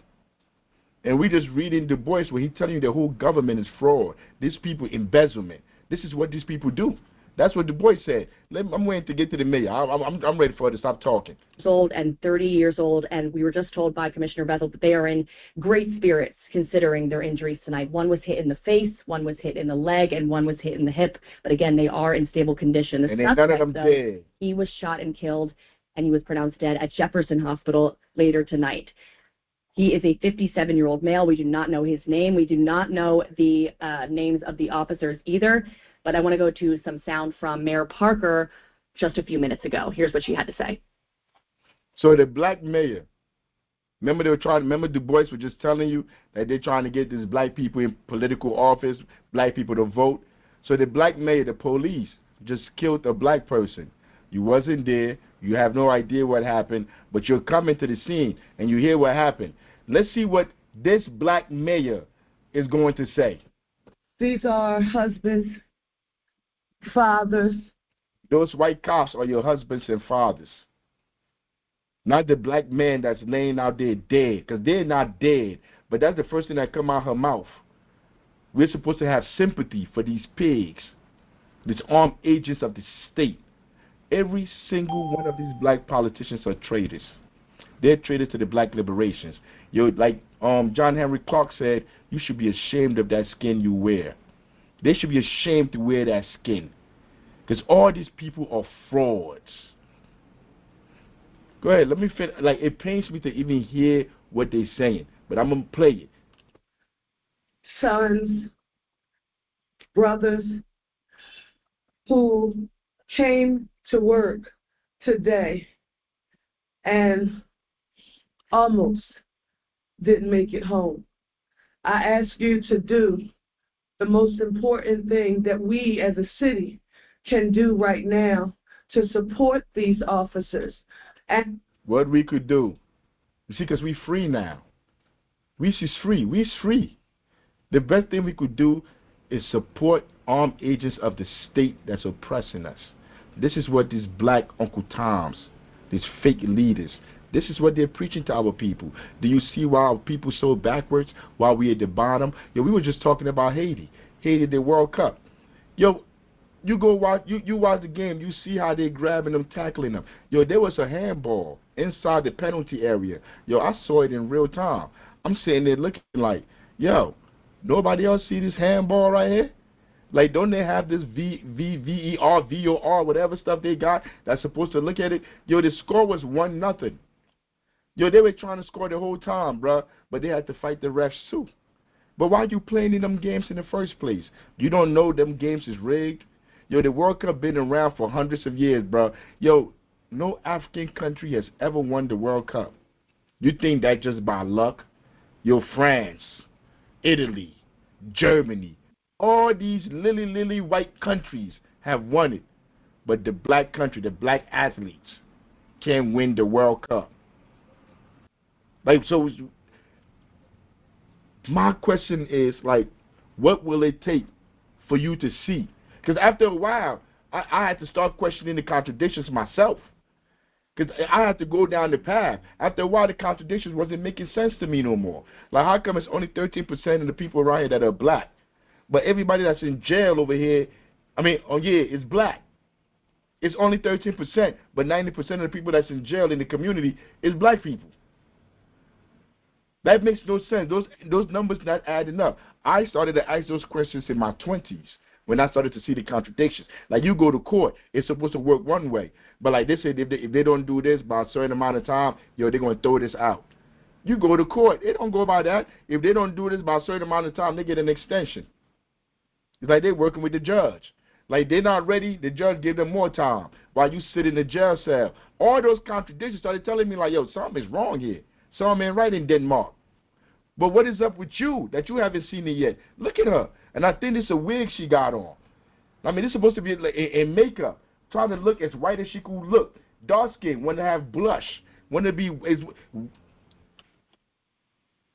and like before I even play, look at the two Negroes in the back. This other black one, marshmallow face. She got on a blonde wig, bruh. She got on a blonde wig. Then look at this one over here. Because now if you put these people in as police, so now we's free because you got these black people here as police. They got another black one back here. So now we free, right? And then you got a black mayor right here. But they just gunned down a 57-year-old black man in the streets. They shot at him. They didn't try to de-escalate the situation. They did not try to de-escalate the situation. They put their hands on him. They grabbed him. They tried to put him under arrest. You're like, let me play it, man. And their families, and the men and women here in the Philadelphia Police Department who put their lives on the line on a daily basis to protect and serve. Now, as for why they don't protect or serve our communities, they're not here. That's not what they're here to do. I mean, this video, I want to show you. This now I just showed you the politician. This is supposed to be an academic. This is supposed to be like if you talk to this journalist, if you talk to these people, they're going to tell you Eddie Glord is one of the most brilliant minds we have as black people. He's a complete fool and a fraud. The stuff that he's saying out of his mouth, because I don't know what is inside of his brain, but I know the rhetoric, these things he spew out of his mouth. He's a complete fool. Because if he has read Du Bois, he's read all these people. He's done all this history. I think he's a history teacher too. He one of them. I don't know. I don't care if they go look at these people's history because I despise these people because they're worse than the KKK. Eddie Glord is worse than the KKK. Him working at Princeton to him means we are all free, and that's how he lives his life. That's the agenda he pushes. Because he works at Princeton, because his son go to Ivy League school, we are all free. The problem is white people. It's other white people that are racist. It is not institutions like Princeton. It is not corporations. It is not the politicians. It is none of that. It's other white people. As long as if we could get other white people to love us, we gonna be okay. That means he's an idiot. Because that's not our problem. That's not our problem. Is not other white people. Another white person that's outside could really can't really do nothing to you, without the backing of the empire, without the backing of the government. He went up in that tent and pushed up on Carmelo. The government couldn't save him. He stabbed him and killed him. What the government did was punish him. All the government could do at that point, because she's dead now. That boy dead. The only thing the government can do is punish him and try to show every other black person, you dare not stand up to these white people. That's what the government is there to do. But when the average white person, if they want to be froggy, they want to jump, and they come up in Newark, and they want to do some gangster stuff, and they end up dead. They're not the issue. The average white person is not the issue. The issue is the government. The corporations, imperialism. That's what the issue is. The judges, the courts, the police. This is who we battle against, not the average white person. Now let me play this so you can hear this goofy stuff. You talk about a white America frequently in your book, and the notion of freedom being the white man's possession to give or to take away. You hear this goofy-ish? Do you hear this goofy trash? This is supposed to be an academic that work at Princeton. He going bald, but he been holding on to that top of his head for a minute. If you look in the back, he got a whole sunroof back there. I mean, he only gonna come from this angle. Like, and these people are like, what is that? What's the word I'm looking for? I mean, like, he just care about his looks and stuff. Like, what's the word I'm looking for? Yeah, they're vain, but there's another word. Yeah, he's vain, but there's other words I'm looking for, because that's what they care about. He's a whore. He's a male whore. He's a prostitute. He will sell every single one of us out for him to work at Princeton. But who is going to tell him this? He's never going to be in circles for us to tell him this. So he'll go talk to this other sellout up here, this other traitor to his people up here, and they'll sit there, and they're giving these platforms to go up there and make all of us stupid so we could support this cultist parties. That's what he's doing up there. He's not up there because he's smarter than you and I, or he up there to give something real intelligent. He up there to say white people are the ones that got freedom. They could give us freedom, white people. Can't no white person give you no freedom. They're not free themselves. And they act up, they'll shoot them right in the face too. When you look at the resurgence of white supremacy, especially great replacement theory, the MAGA crowd calling for America to be great again, how do you feel the sentiment towards black Americans has changed over the past 250 years? Are the racists and the white supremacists of today the same as those who fought to instill racism back then? Well, I don't think they're the same. I think they bear family resemblance. We want to be careful not to collapse different moments. At Princeton, that isn't, Jim Crow. That isn't slavery. Yeah, he teach at Princeton. Princeton is not Jim Crow. It is not slavery. Hey, you're not getting into Princeton unless you got people with money to be able to back you. By and large. There are exceptions here and there. But everybody's not getting into Princeton. Princeton is not full with black people walking all around Princeton, bro. You're not getting into Princeton off your intelligence. That's not how none of this works. But he's going to tell us Princeton is not Jim Crow. That's what he just told us. Eddie Glord. So smart. He worked at Princeton. Yo, he's the second person that I really listened to talk that went to Princeton, worked at Princeton. The other dude, I used to call him Princeton. I don't know his real name. Light-skinned dude, used to be in Newark. He from Princeton. I mean, he used to be around. I don't know his name. I don't remember his name. But, like, all of them, like, they behave the same way. Like, they're really so smart. They know what they're talking about. But when they open their mouth, it's complete ignorance. Look at him with them goofy blue glasses on. What do you think, he's retro? Like, what you think you got going on right now, bruh? Jim Crow. That isn't slavery. I'm pretty much well off, right? My son is an Ivy League graduate. Yeah, so like we free. We not living in Jim Crow no more. I'm pretty much well off. My son is an Ivy League graduate, because that's what they be telling him. That's what them other white people around him, them other white corporate elite people tell him. Like, yeah, you're not in the projects. You teach at Princeton. Your son is an Ivy League graduate. So how you going to say that you're being oppressed? You see, but he don't know how we living. He can't dig into that bag and talk about people that's coming home from work all day and the landlord illegally putting on their door that they're getting kicked out their home, even though the landlord can't do that. You have to go through a whole process. The sheriff department are the only one that can come and kick you out. But just imagine, you done worked a whole long day. You're tired at a job you hate. You're hungry. You come home, there's a note. Like, how does that affect people? You don't think that's mental health? That makes people go crazy? When you're working 2-3 jobs, you still don't even have enough to make ends meet. You still got to starve. You don't control nothing. You have access to nothing. You can't control nothing in your life. You got kids. You can't do nothing with the kids. You paying child support, but you can't even really discipline your child. You're just sitting there watching them become scumbags. You think none of this stuff affects people? But he's going to be talking from his perspective, his class perspective, his Du Bois perspective, early Du Bois perspective. And he's going to be blaming the white folk. It's all the white folk. It is not institutional. It is not systemic. It's all the white folk. So he could go on MSNBC. Now he could go on CNN because he's just blaming the white folk. That isn't Jim Crow. But what we do want to say, though, Mehdi, is that we still struggle with the idea that some people, because of the color of their skin, believe that freedom is their possession. So the people at Delaney Hall, the people that own Delaney Hall, that corporation that own Delaney Hall, they own it because they're white and they feel like freedom is their possession. It's not because they're capitalists. that they're imperialists, that it's a corporation that is looking to profit off human beings. It's not that. It's because they're white, Eddie Glord, and they believe they have the right to lock up high school students, grab high school girls going to school in the morning and throw them in a concentration camp for 4 months.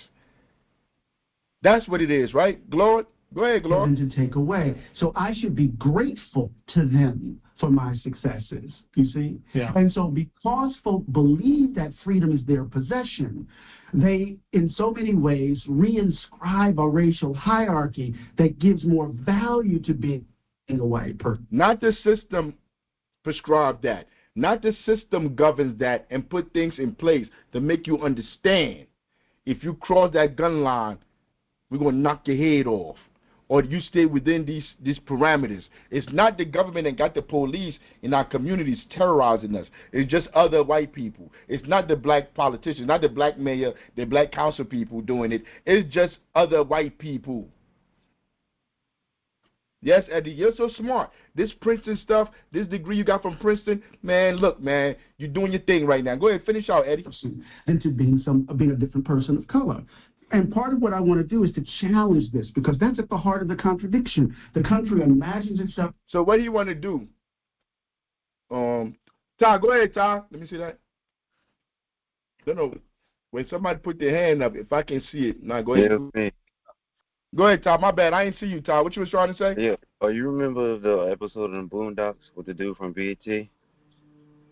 The dude from BET. What was it about? Yeah, he was saying, they was trying to destroy black minds with the BET channel, and the dude was like, he's smarter than everybody because he's from Princeton.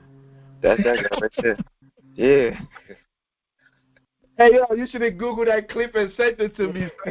Yeah, I'm going to send it to you. Yo, that is hilarious, bro. That's so funny, bro. Yo, you almost made me forget what I was going to say. Now, let me let him keep talking. Yo, that is funny. Yo, I want to see that. I would have used it, bro. I would have used it on this show. Once as this beacon of freedom, as you say, the creedal notion of America. But then it turns around and imagines itself as a white republic. That's all we have to do is look at immigration law. Oh, yeah, so that's what I was saying. He's not interested in organizing our people, black people. You know what? F it. Organizing the people. It doesn't have to be black people. It doesn't have to be just black people. He's not interested in organizing people to build institutions that's going to support them. What his interested is, what his focus on is challenging white people, racist white people. Because if you convince all those racist white people, then things are going to change, right, Eddie Glord? That's how that thing works, right? Once you convince those people, then we have change. Even though, according to data, according to science, it don't matter what you say out your mouth. People that have been socialized to be who they are, their whole lives, are not switching who they are because of what you say, bruh. Because it don't matter how eloquent it is. You are who you are when you are who you was when you got here, whatever, however that go. Or old dog don't change the spot, or whatever. But Eddie believes with that Princeton education, he's smarter than everybody because he went to Princeton, that all you got to do is go talk to these white people, and you're going to change their mind, and we all going to be free, right, Eddie? The First Naturalization Act of today. And remember what J.D. Vance said on July 5th. Creed is not enough for social cohesion, for sovereignty. J.D. Vance on July 5th, 2025, invoked blood and soil as the basis of American identity. Yes. And that, to me, reveals the contradiction at the heart of the country. J.D. Vance's wife is the... Anyway. Let me see. Delaney Hall Federal Immigration Detention Center in Newark, New Jersey. All right, so this is Delaney Hall. This in Newark. And this is when I'm telling you, the high school student that was walking, going to school, and they grabbed her and they locked her up. There she go right there. And they let her out 4 months later. Because, everybody's trying to act stupid like they don't know what's going on at Delaney Hall. Yo, that's not my fight. That's not my fight. Yo, you know why it's not your fight? Because when the police come and grab people up in the hood, that ain't your fight either. When the police come kick people's doors down in the hood and they're dragging people to court for minor violations, that's not your fight either. When they're coming in there, they arm the school to prison pipeline. That wasn't your fight either. No fight is your fight. But you see people coming out and they're protesting because they have this young lady and other people locked up in there that shouldn't be in there. And they're outside demanding these people be free. you're upset. Why are you upset? Why are you upset? Because there's a whole county next door. There's a county building next door that has worse treatment of black people in there. But you're not going over there to protest either. You just mad about their protest. You mad that they're trying to get this young woman out. I'm going to let her tell her own story. Going to be the first thing you do when you leave here? Be with my family. But under the shade of a linden tree just outside the building, moments of elation from 18-year-old Ariadna Zumba. I got released today, June 1st. And relief from 40-year-old husband and father Marvin Mendez of Babylon, Long Island. What was that experience like? We met Ariadna and Marvin just minutes after their release. But if there's nobody in there, if all this stuff is fake, who are these people being released? After 4 months, after a year. And it's not just dumb. It's a whole bunch of people. Since the protesters went out there, it's a lot of people that's being released from those spaces. These people are not even allowed to go to court. We're not allowed to go to court. Go ahead. 2 months after she was picked up on the street near her home in Orange, New Jersey, in spite of her immigration status, and 3 months after Marvin was detained following a routine ICE check-in. When I got detained, I told them I had an approved status, and they just said, okay, they didn't care. And then they proceeded to hold you until today. Yes. Ari, do you know why? Yeah. So like she said, she had approved status, they didn't care. They don't care if you're a citizen, if you have a green card, if you have a visa, if you have a temporary status. That is why this is everybody's fight. They are also locking up citizens and deporting them to God knows where. There are court cases being filed. So everybody that's black, that's not my... Read a newspaper. Go watch, don't even watch mainstream. Go get some news from YouTube or social media to understand what you're seeing here. I know all these. Secretary. Go ahead. People like Deborah Salters. I don't, even if she saw this video right here, she would still say something crazy. Yeah, that's true too. It's like, most of these people that's out here supporting this stuff, they're getting paid to support it. You know why they didn't care when they grabbed her? You know why they didn't care? Because they were getting a bonus. The people that grabbed them ICE agents, they get paid a certain amount of money to go do it. They pay them enough for them to go do it. Enough for them to say, damn my morality, I'm going to go do this job because it's paying me. And every time they grab someone, like when they grabbed her, the agents that grabbed her and brought her in there, they got a bonus. They went home that night. She told them, like, yo, I'm good. I'm supposed to be here. They didn't care. They went home to their families, to their kids, after they locked somebody else's child up. You got to know these people for what they are. These are the real gangsters. The real savages, sociopaths, not the people outside protesting. The people outside protesting to let her out, those are the bad people? They put their bodies in the way. They say nobody's leaving the detention center until you let her go. That's the bad person? The people that kidnapped her are not the bad people? These people, their whole sense of morality is warped because they get paid to think and behave the way they want to behave. So there's no change in their mind. There's no negotiating with these people. And I don't negotiate with them. As Panthers, we cast a wide net to find those specific people that are serious about changing the material conditions. I'm not here to change everybody's mind. I'm not here to change your mind. You feel that way? All right, go ahead. Go about your business. Go do what you're doing. I'm going to do what I'm doing. Go ahead, bro. I'm not here to change your mind. I don't even want to talk to you. I don't like you. I don't want to be around you. Go do your own thing. Get away from me. There's no you, my friend, we talking. We just have difference of opinions. We agree to disagree. No, you a scumbag. Stay away from me. That's how I look at it. That's the line. Chairman, go ahead. Because those people that talking about we can agree to disagree, when ICE pull up, they're not going to help you. They're not going to defend you. They're not going to support you. They're not going to rally behind you. They're not going to send no GoFundMe or nothing. So if I was you, stay away from those people that say we agree to disagree. Because when the cops show up, they're going to agree with the cops. Now, all power to the people. Now, he sent me the video. It's on YouTube. I wish I could get it on here. But I'm gonna watch it after the show, bro. But he said the video, yo, Boondocks was classic. Let me finish out with this. Gatna says she participated in the hunger strike with other detainees. You heard that? Because the whole thing started in there because of the hunger strike. The people that was in there, the people they kidnapped off the streets and they had locked up in there. They had no recourse. They had no help. They had nothing. There's nothing they could do. You're just sitting there, and these people are telling you they're going to take your rights, send you to whatever country. You don't know when you're going to see a lawyer. You don't know when you're going to go to. You don't know how long you're going to be there because they keep people there for years because it's all about money. So even when they find out you're not supposed to be here, instead of sending you out the country, they may keep you there for years just so they could keep collecting money from you. So they had that little young girl in there, high school girl, 18 now. She's sitting up in there, and she's like, what am I going to do? So she joined a hunger strike. And then the people came to come outside to protest that they be allowed out. And you have people in the community that's supporting the ICE agents, that's supporting the police. Yo, you a scumbag. Real talk. There's nothing to really say to you.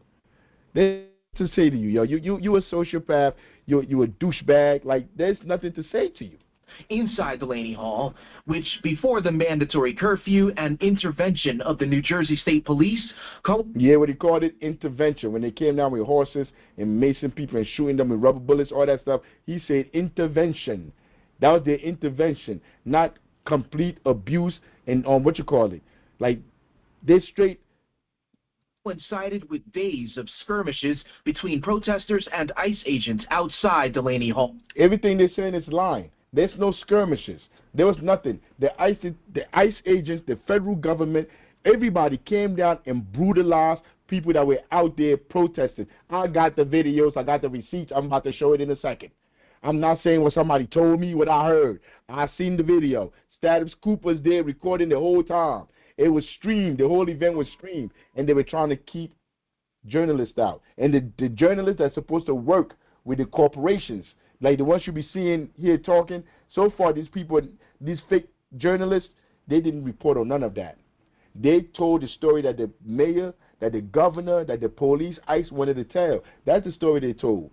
But then you got some heroic people that really do gumshoe work, that go on there and stream and stay here for weeks on the story. I'm going to show you them people in a second, but let's finish out with this people. How do they treat you? Not good too. Yo, he's scared to say. He don't even want to say. Yo, he's still scared that they may come grab him and take him back. Look at him. You He's traumatized. I was just about to say that. I was just about to say that. Like, you think he's not traumatized? Look at him, bro. It's like his whole life has been sucked out of him. This is who was in there. That's what people out there protesting. Not good too. They're very angry all the time. It's not. They're very angry. They got you in there. They're locking you up. You're supposed to be home, but they're the ones that's always angry. During our interview, Marvin was clearly and justifiably preoccupied, worried about how his daughter would feel after seeing him. I feel like my whole life is going to change. My daughter, I don't want her to think that I'm a criminal. It was terrible. It's a terrible feeling knowing that I'm not with them, that I'm losing 2 months of my life in just such short age, and especially not being able to graduate.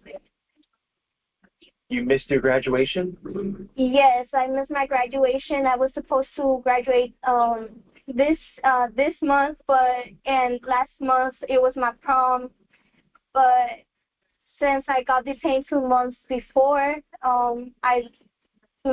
Man, they got that girl done became a straight American. Wherever she came from, she done became a straight American. She talking about going to the prom. They didn't even let her go to the prom. She missed her graduation. She sound like every high school kid. She sound like me when I was in high school. If I had got locked up around that time, that's what I would have been thinking. Man, I didn't even get to go to my high school prom. I didn't get to go to my graduation. That's what I would have been. That's what she's thinking about. But they act like these people are terrorists. These people are criminals. They're violent criminals. They're out here raping people. These are the people they're grabbing off the streets. And you here right now. What are you doing about it? You know, you talk about Delaney Hall, federal. You talk about people in the past. I'm going to play the governor. Listen to the governor. Many are saying that the use of force last night was And she's a woman. She's a white woman. You know how they say, like, we got to put women in there? Because, like, it can't be men. Because, you know, like, everybody got their own issue. They got feminism, is this, that. It's not imperialism. It's not if you put a black man, a white man, a gay man, a straight man, a crooked man, a one-legged man, a one-eyed man. No matter who you put in that system, they're going to produce the same thing because it's not the individual. But you know, everybody standing out here is a black woman. The first black woman, the first black man, the first woman, the first this, the first gay rights person. Man, listen to this woman. Excessive compared to a couple people shaking a barrier. Why were over maybe 100 protesters exposed to chemical agents instead of police arresting maybe 3 or 4 protesters who were escalating their behavior? I don't even agree with what she's saying. Because when you see the video, they didn't escalate nothing.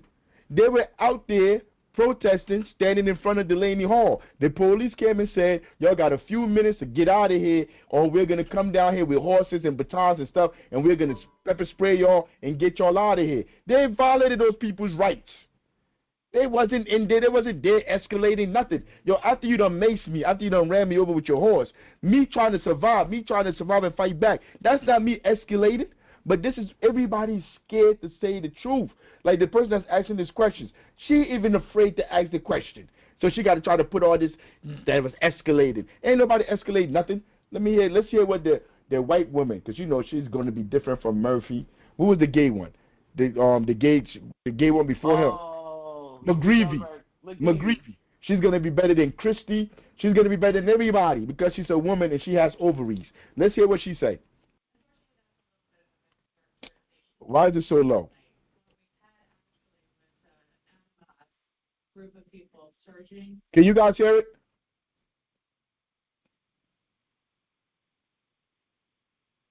Yes, no, maybe. Is it playing now? Because I can hear it. The barrier trying to use it. I can hear it. Throwing rocks at people who were not protected in any protected gear. Unfortunately, that's a little bit of a mischaracterization of what happened last night. What we had actually was an en masse group of people surging the barrier, picking up the barrier, trying to use it as a weapon, throwing rocks at people who were not protected in any protected gear.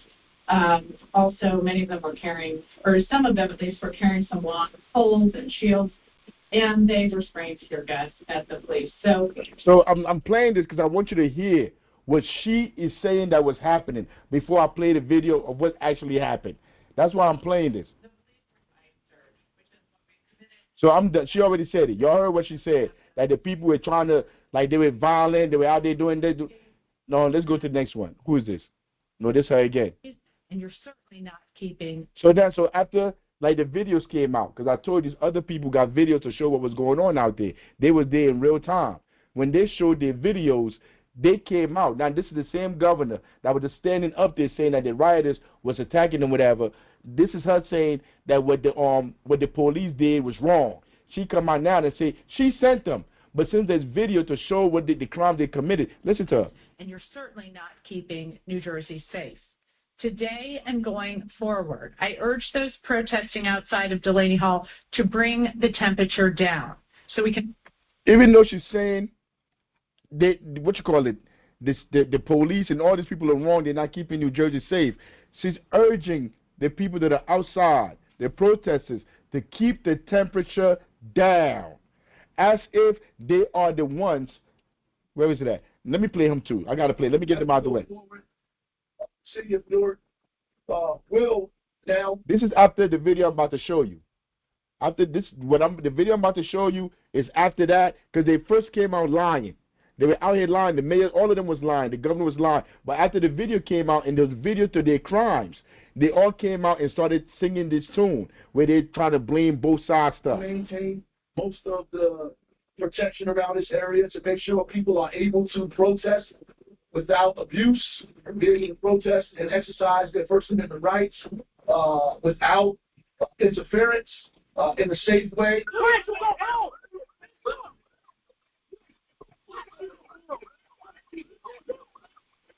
Is that what it looked like to you? So all these protesters back here, all the protesters, so they line up in front of here. They line up in front of the gate. They all line up and they form a wall, and they say nobody's leaving out of here. That you are not leaving out until you bring those people out, because we tired of talking. We've been out here for years protesting. These people are not being let out. In fact, more people are going in. You heard the mayor said he's going to come there to uphold. He's going to send Newark police, because this is Newark police. He's going to send them to go protect those people's rights. This is them protecting those people's rights right now. Yo, it looked like to me they're private security for ICE, for Delaney Hall. It looks like that's what Newark police is doing. But you know, I'm not the smartest person in the world. I mean, so I'm going to let you see it for yourself.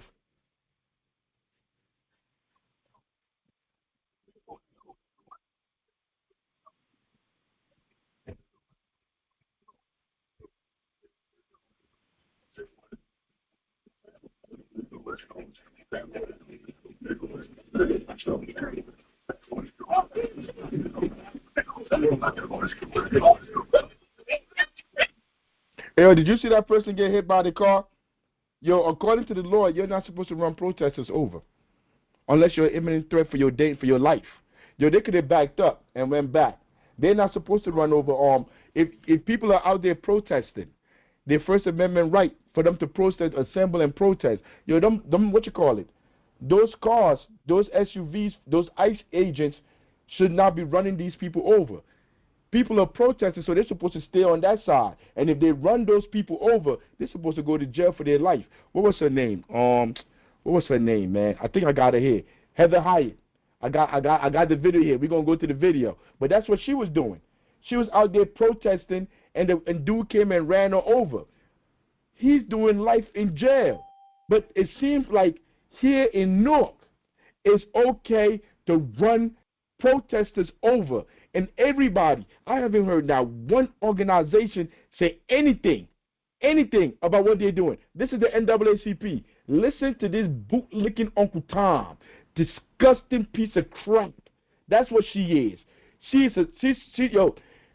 is worse than the worst KKK person you can imagine. Whatever in your mind qualifies for a bad person, that is who she is. She is disgusting. Listen to her. Hello, my name is Deborah Smith-Gregory, and I serve as the president of NAACP Newark. We denounce any and all inhumane treatment of detainees being held at Delaney Hall. They never had a protest.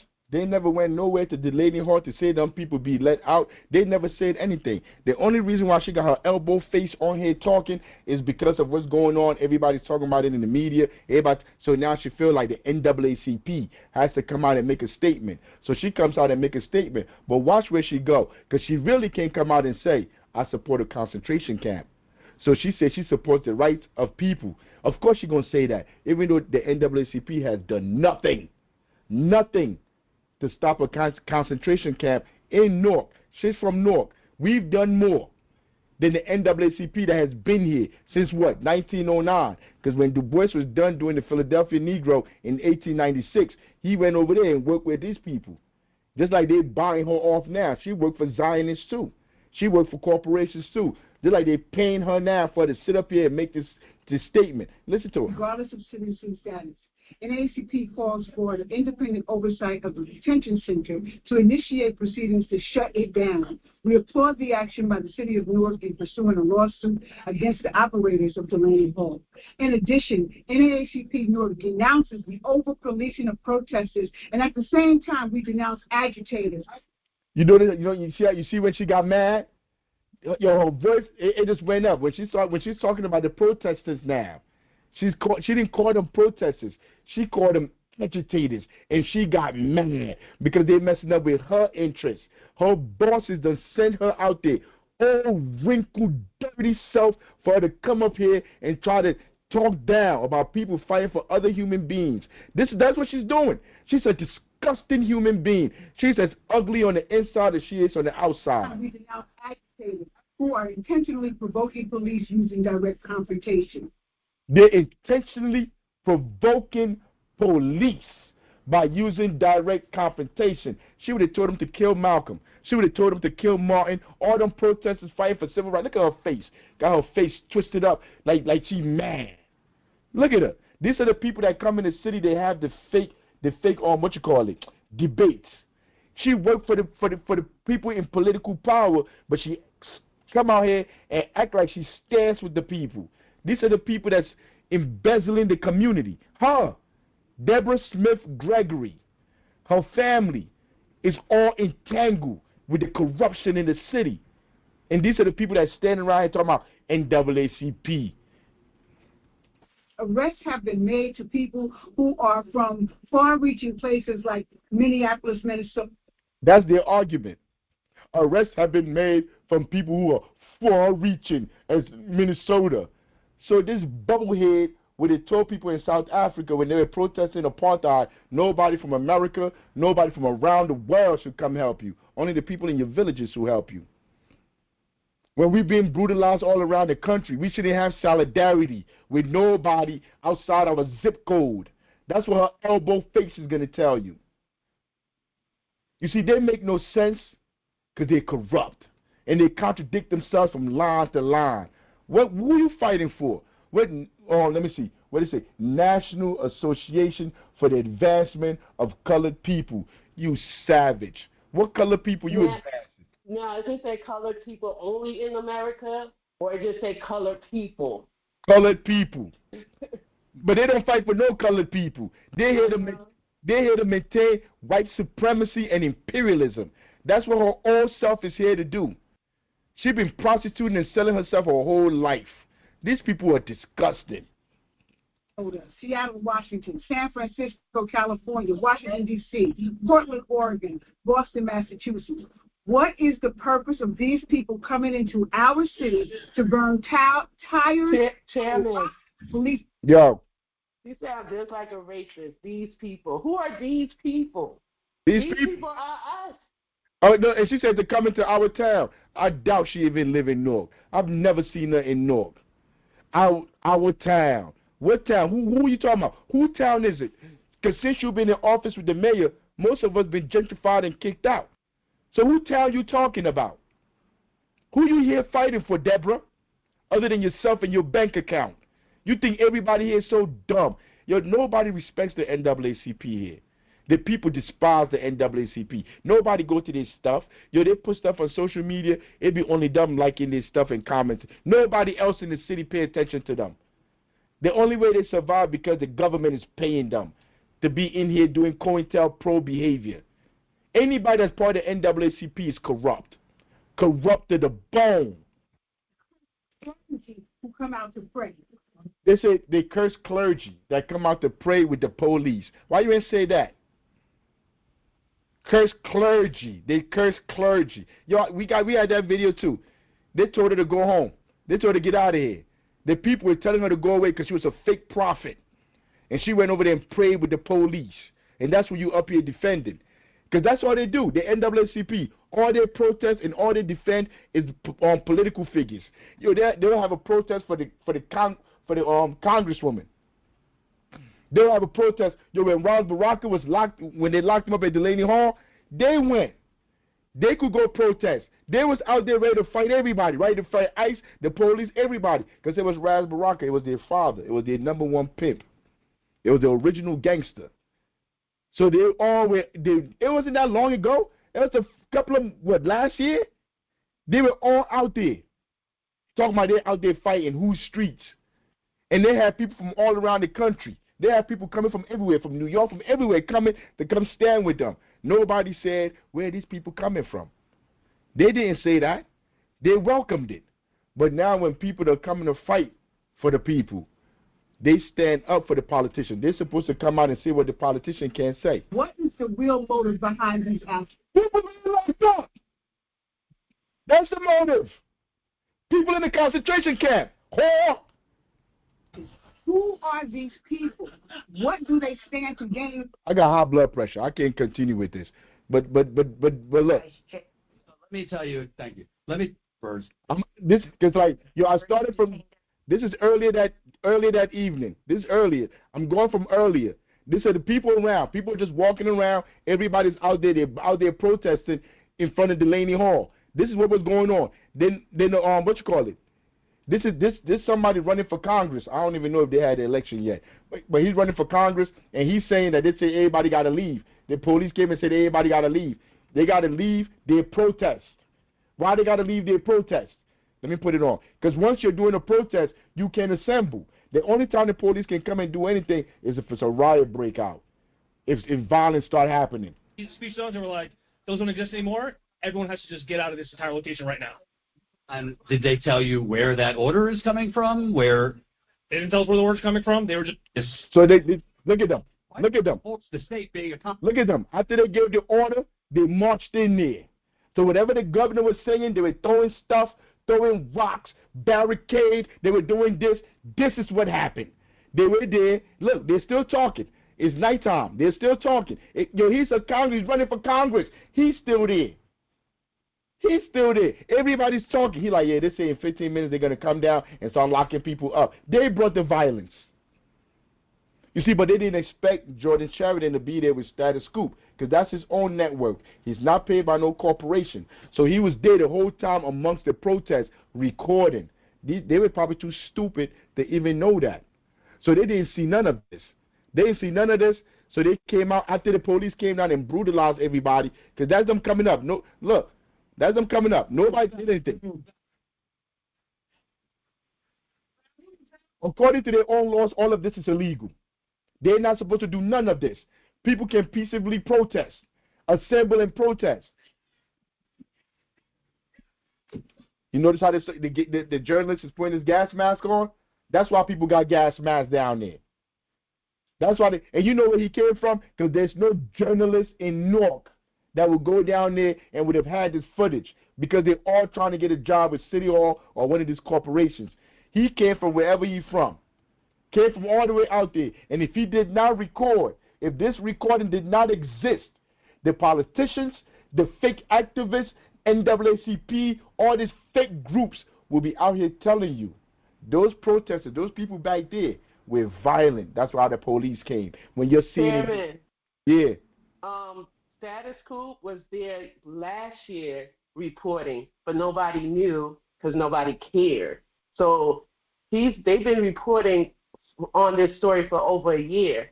But again, until Roz and Barack and them came and did a whole political theater stunt, that's when things start popping off. But I just wanted to add a little bit of context to that. All power to the people. So I'm going to play.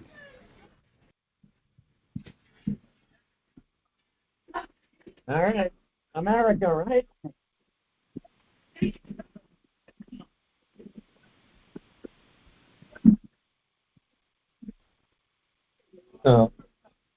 Where's the violence coming from?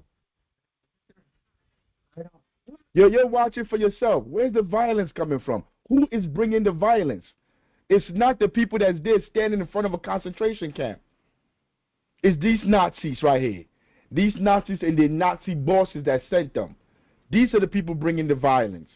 If you was locked up in a concentration camp, you don't want people to come fight for you? You don't want people to come protest? Yo, if I was in there, I want people to rush in and kick them doors down.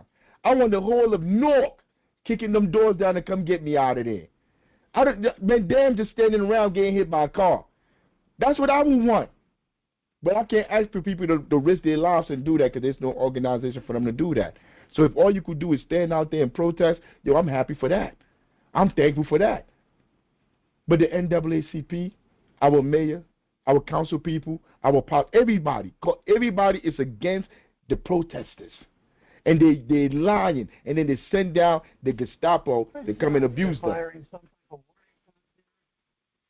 We have the goggles on, our respirators. We're being forced to move backwards here. People are chanting. Those are the barricades that she said that people were throwing at the police. These are the barricades that the governor set up herself. Supposed to be freedom zones where they're supposed to be in there and be free to express themselves. She said that they were throwing these barricades at the police. Why are they throwing them at the police? Maybe because the police trying to come in there to hurt them. Hold on. That's a flashbang grenade that was just fired there. Look. And now, look at the barricade that you were talking about. Flashbang. They're pushing. We're trying. We're trying to avoid the barrier there. They just fired, I think, a flashbang grenade. For medics. This state-sponsored terrorism. Right, tear gas. And now you see state police coming back. They're coming in through horseback. Through horseback. Oh, I got it. I got it. So they're telling them.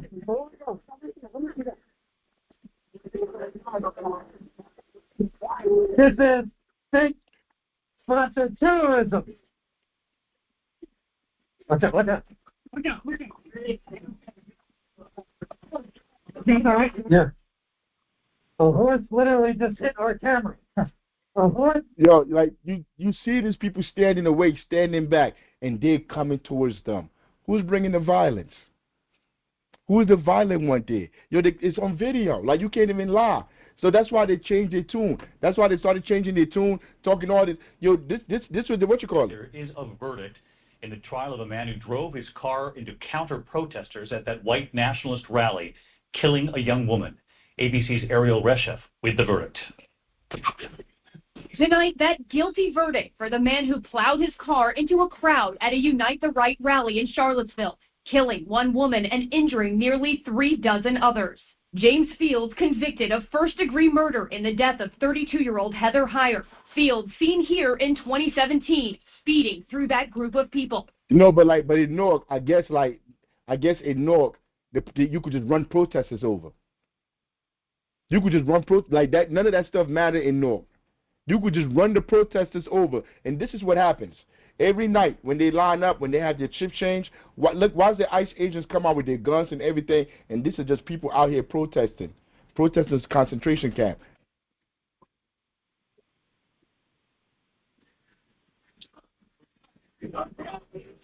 And then, like, you could read the comments. There's more ICE than protesters, and that's the problem.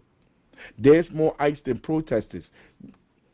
Yo, there's another part of this that most people that they don't talk about. Yo, the family members of those people inside, they cowards too. They, by and large, they're scared. They're afraid to go over there and protest because they don't want to get locked up either. I mean, I understand it, but you're still a coward. If they had my child in there, if they had anybody, if they had my wife in there, I would be out here. Like, I don't even want to hear all that talking. I would be out here trying to organize how to storm that spot. So if you, like, I know they're not coming out. Those people are not coming out because they're afraid they're going to get deported themselves. That's all they care about. Everybody's worrying about themselves. But even though their family members are in there, yo, most of these people out here are people that are not foreigners. They're white people. And they're coming out because they're tired of what's going on. They're out here to protest. This is not the community that's out here. The community don't care. And the people, the family members are too afraid to show up, because I have conversations with these people. I have conversations with people that are immigrants, and they say they're not going there because they're going to throw them in there too. So, like, these people are standing out here protesting, and they're standing it to stop the cars from leaving. And the ICE agents are violently coming to remove them out the way so them cars can go by. So how are you going to say the protesters are violent? I need somebody to make that argument for me. All those guys are nothing but a bunch of losers. They've probably been losers all their lives. These are people, Mary Ann Bolter. Anybody can look her up. John Johnson. Let me see what else they say now. Scums. 47 years ago, the people of Iran had Western culture. The men and women dressed like us. You see, this is what they teach us idiots. So this person is 47 years ago, the people in Iran dressed like us. They moved like us. You know why? Because you overthrew their government. You killed their people. You overthrew their president, and you put a fake puppet government in there, and you was making them do what you wanted them to do. And you know what they did? Those people are not like us. They're not like us over here. They didn't get bought off. They overthrew the American government over there, and they kicked out that president that they had. So this idiot, this white person here that only listened to American education, 47 years ago, Iran was like you. Why was Iran like you, bro? Why did they dress like you? Even though they got their own culture. Could you try to kill them? You try to get rid of their culture? Is that why, stupid? You see, but they just post. They just post online like they're so smart. I'm telling you, American hubris, ignorance.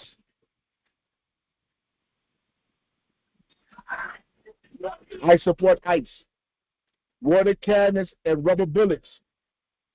water cannons, and rubber bullets. These are your American citizens. Can't stop the ice train. That's what they used on black people during the civil rights, right? Yeah. Cannons and what? Yeah. But it's not our fight, though. It's not No, our fight. no, it's not our fight. Can't stop the ice train. It is sad to see people rejoicing in the suffering of others. Oh, 1 out of like 100. Because I told you, we cast a wild net to catch the good people. The masses of the people out there are savages, sociopaths. Yo, ain't no bringing them people back. Yo, I don't have no hope for you. I'm keeping it a buck with you. I'm not one of these people that come up here and like, yeah, all we got to do is just believe. I believe in it. I don't believe in none of you. None of you. You people are sociopaths. All of you are whores. Male, female. All of you, money can buy you. For the right price, you will put a bullet in my head. I'm not here to organize you, to work with you. I'm looking for like-minded people for us to build institutions, to produce the minds we need. I'm not here to come try to organize you. That's waste of my time. What's wrong with you? Look, paid clowns. They're saying all these people out here are being paid. I don't know who's paying them. Stay strong, ICE. ICE. Water cannon, please. Get the water cannons. Why y'all backing up? No, they shouldn't back up. They should get ran over by the car. Crowd numbers looking like a Biden rally. ICE, baby, ICE. These are the Americans that you send your children to go to school for them to teach them. These are the Americans that you go work with, and like you have that fake personality. You put on that mask and you go work with these people. That's them right here posting here, commenting, talking about they need water cannons. You want to go live with these people, right? You want to leave the hood and go to the suburbs to go live with these people. That's saying water cannons.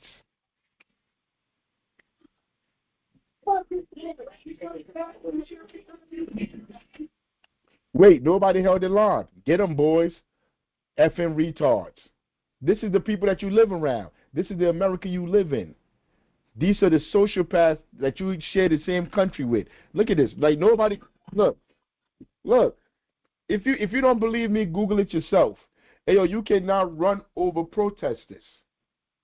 They're standing there. That's their First Amendment right. They have the right to hold up those signs and block that traffic because that's what a protest is supposed to do. A protest is supposed to what's the word I want to use? It's supposed to impede your comfortability.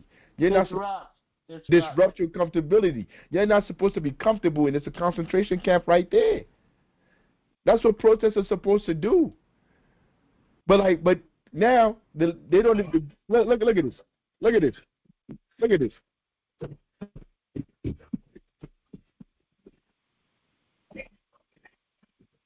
We not accept this behavior. That person ain't getting charged.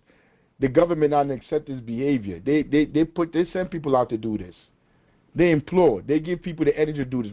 When the governor, the president, the mayor, the council people, they go out there and lie about protesters, they telling people to go do this. They're telling people that work there, you don't have to be embarrassed that you work at a concentration camp. You should be emboldened enough to get inside your car and go run over people that are protesting a concentration camp.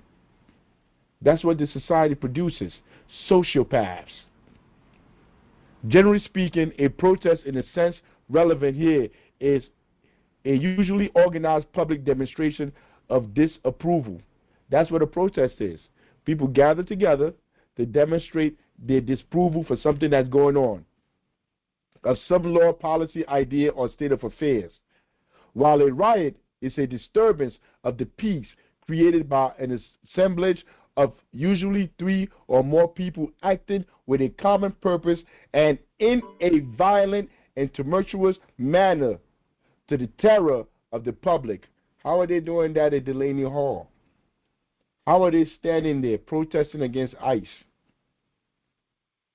Violent towards you in Newark, in the West Ward, in the South, in the Central Ward. How are they them standing in front of there protesting at these people, that young girl being let out? That's not your fight, right? Protesting against corporations is not your fight. But your fight, the county down the street, you're not down there either. You're not down at the police station that's run around killing people. You fight nothing. But you got Wi-Fi. So you could get on social media and just complain. Complain about what other people doing because you're getting paid. Police brutality center. These are all this stuff that I'm getting this stuff from. Protesting versus rioting. As political demonstrations become more common in response to national and international incidents. And I'm going to bring that back again. As political demonstration, because they know things are getting hot. That's why they're building all this concentration camp, all this what they call them, cop cities. That's why they're building all this stuff, because they know, they already see what's coming. They see that, you see, you in your little bubble. You don't see the whole world, you don't see the whole country, you don't see all around. You see, but they see it, because it's their job to see it. It's their job to steal from you. As political demonstrations become more common in response to national and international incidents, knowing the difference between protesting versus rioting is increasingly essential.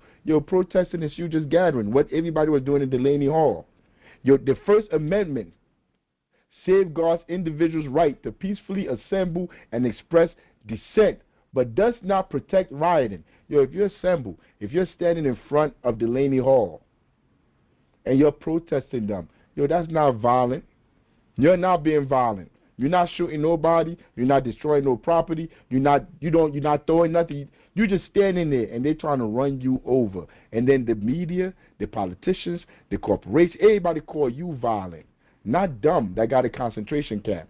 The First Amendment safeguards individuals' right to peacefully assemble and express dissent, but does not protect rioting, which involves violent crime.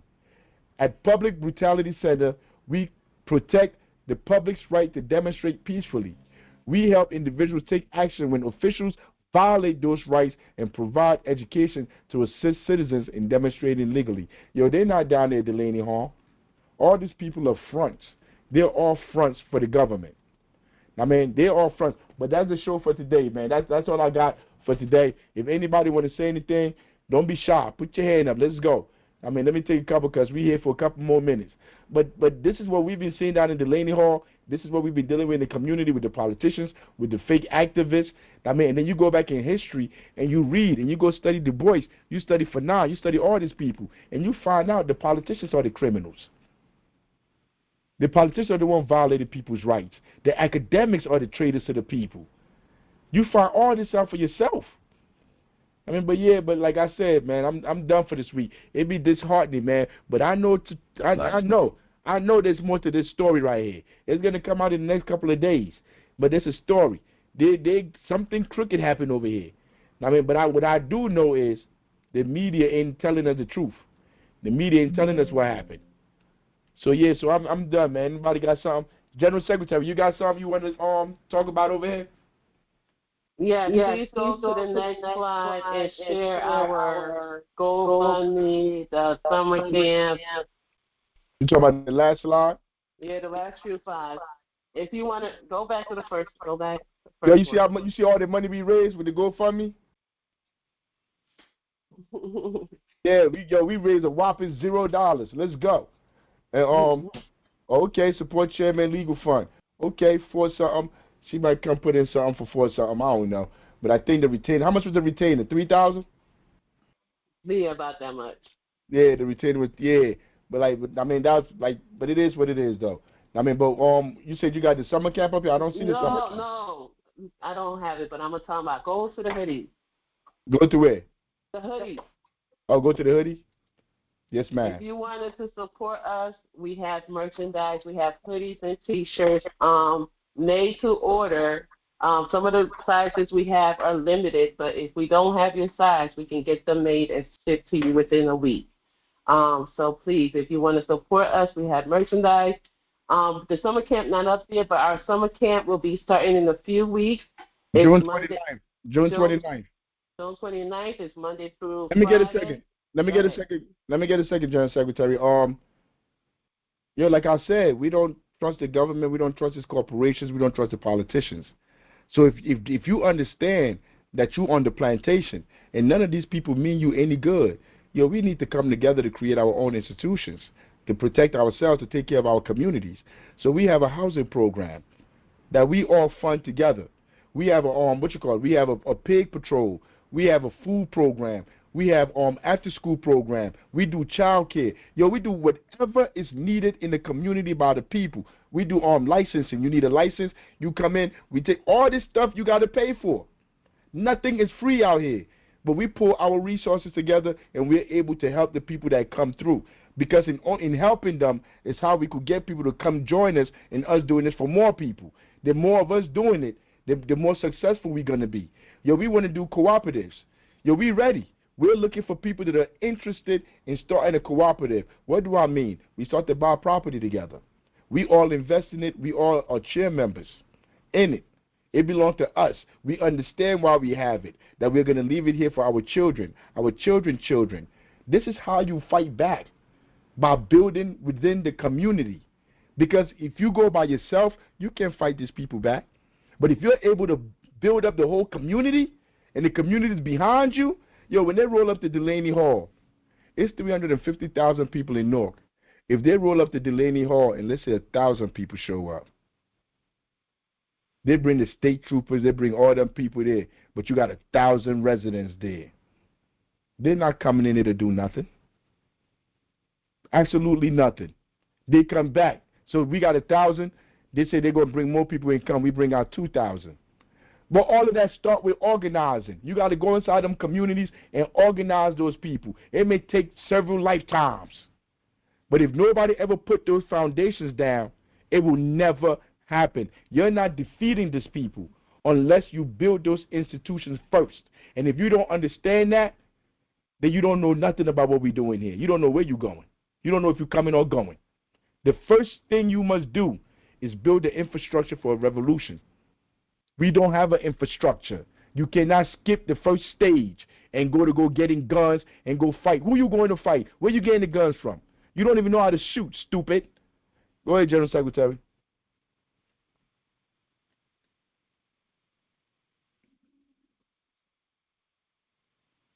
General Secretary, you there? Yes, I'm here. What's up? No. Oh, you was done? Oh, yeah, I was done. Yeah, we said that at the summer camp, right? Yeah. Yeah, so we're done, yes. Yeah. I mean, so yeah, man, like that's what we believe. As Panthers, we believe we're the only one that could change our destiny. We are the only ones that are in control of our destiny. No mayor, no city official, no politician, none of these people. All these people are here to maintain our suffering. And if you're interested in joining us, yo, pull up. If you're interested in getting into these cooperatives, pull up. The only way we could defeat these people is people power. I mean, so I'm about to sign off for today. I mean, it was a beautiful show. I love coming here. I love coming to talk to y'all here. Because, like, during the week, man, I just feel like I'm in a bubble. I just look at the world around me, man. Like, everybody celebrating the Knicks winning. How does that change your life? What does that do for your life? Unless you put some money on them. If you put some money on them and you made some money, hey, I ain't mad at you. But I want to make this other point. Sorry to interrupt. Like, the fans of the Knicks in New York is the so-called destroyed the city. They was doing worse than the so-called, the protesters that y'all been talking about at Delaney Hall. But I don't hear anybody talking about protect our police. They need to be locked up. Throw them in jail. I don't hear none of y'all talk because what? It's sports. It's not about saving human beings from a concentration camp. So as long as we care that much about sports, we can do anything we want to the street, to the property, to the police, and it's all well and good. Is that the message I'm hearing? Because that's the message I'm seeing. Yeah. Nah. It's not just about destruction of property either. If you was a San Antonio fan and you bought a ticket to Madison Square Garden, you was in danger. There's videos of them attacking. There was one dude, he had a Dennis Rodman jersey on. He beat up about 5 of them, right? And you was talking about how these people is crazy, this madness. These people are cowards, man. They are followers in the worst way, right? Which meaning if it's something good and structured for them to follow that takes presence and power in their community, they'll follow something good. If it's something bad, they'll follow something bad. They wayward people. I like that video in particular, and I retweeted it on my Facebook. What type of coward would run up on the dude, hit him in the back, and then run away. And they kept taking turns. Now, he chased about 5 of them down and went ahead and put the pounds on them. But I'm just watching them. When you see these people mob up, right, this is the mentality of the white supremacists, right? Cowardly people that look for weak targets. Weak targets, like you won't even like square up on. And when I say white supremacy, I'm talking about the behavior. There was Dominicans, black people, black Americans, like they was all out there with the same behavior, of the oppressor. And I'm just watching this, like, man, this is madness.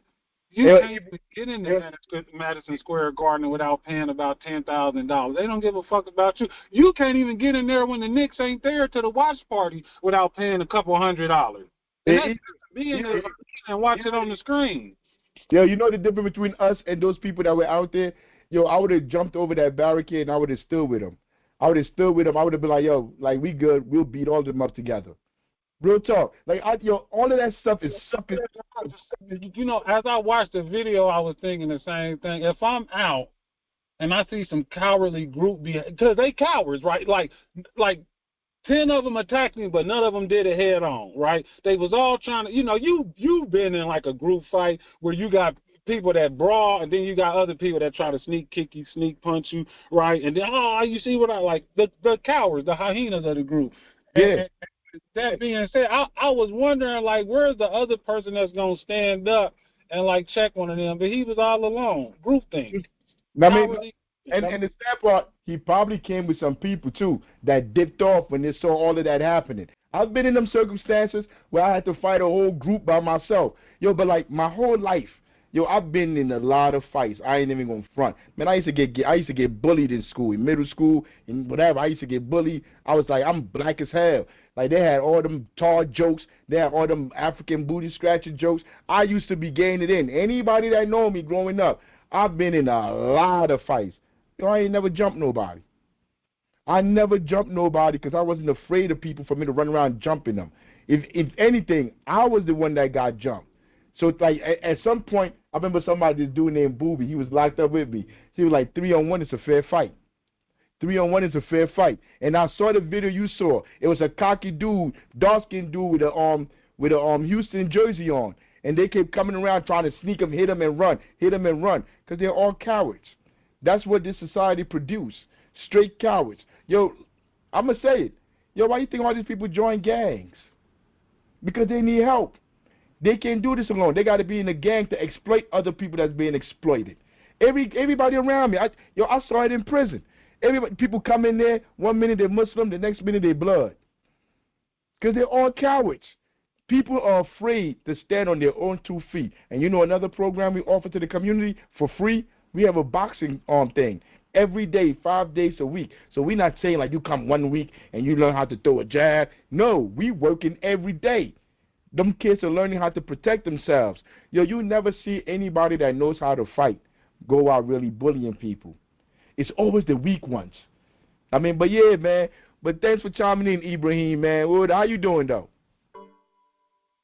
I'm good. You know, I've been in a lot of, brawls, especially in the institution. I was in a few, ended up in the hole. But you always got them guys that when they talk about fight, they always say we.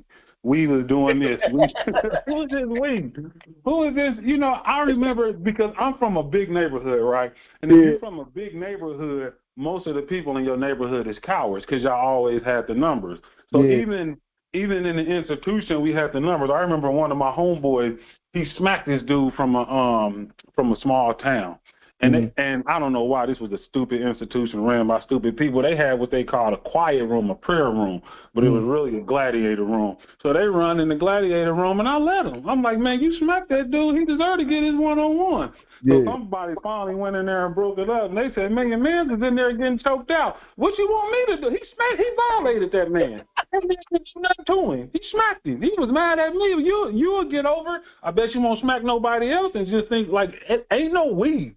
Ain't now, if it was the other way around and somebody just smacked him, that was different. You just smacked that man. And you smacked that man because you thought we was going, nah, we don't do, nah, you got to stand on your own. Hold up. Like you said. if that's the case, because I've been in fights where it was supposed to be like, I think it was like 4 on 30 or something like that. It ended up being 2 on 30. The other dude banged on the door for the COs to take him out. The other dude didn't fight, right? And we still came out the victors. Man, these dudes is cowards. So this is what I think of America. This is what, like when you think about the Nazi and concentration camps and the civil rights movement and now what's going on in Gaza, there'll be a time when the narrative changes. And everybody will say we didn't approve of what's going on in Delaney Hall. We didn't approve of what's going on in Gaza. The same way they talk about how they didn't approve of what's going on in the civil rights movement in the concentration camp. But what did Martin Luther King Jr. say? He said, man, I would have got more done if I had more people behind me. All these old-ass people that got MLK on their wall, they wasn't going out into the streets. They wasn't doing nothing. nothing. All these Jewish people that lived to tell the story of the concentration camps, they wasn't going out fighting. They wasn't doing most of these nothing. people was cowards. Cowards, man. Nah, you're right, man. And the narrative is going to change, and when the narrative changes, we're going to see a whole bunch of Johnny-come-latelys, a whole bunch of bandwagon people that jump on there and say, yeah, we didn't like that. And that was a horrible, but when you ask them what did they do, they're going to start fabricating because they was cowards too. Yeah, they're going to start lying because at the end of the day, the foundation of it is they've been corrupted already. They already picked a side already. They're just lying. It's not even these people are just like saying what they sincerely feel. They're lying. Whether it's because they work for the city, they work in one of these organizations that's funded by the city, it's like they're just out here lying. So when they become convenient, they'll just flip it over. Like, they're going to be like, we was down there, the mayor sent us down there for us to go do security for them. But we got the video, they're down there trying to intimidate the protesters. But when the whole thing flip over, they're going to say, yeah, our organization, what they call themselves? NAVC. We was down there trying to keep the peace between the police and the protesters. When the whole time they came with the police. They rode in the car with the police. I mean, but you're right, man. Till next week, man, all power to the people. I live for the people. I die for the people.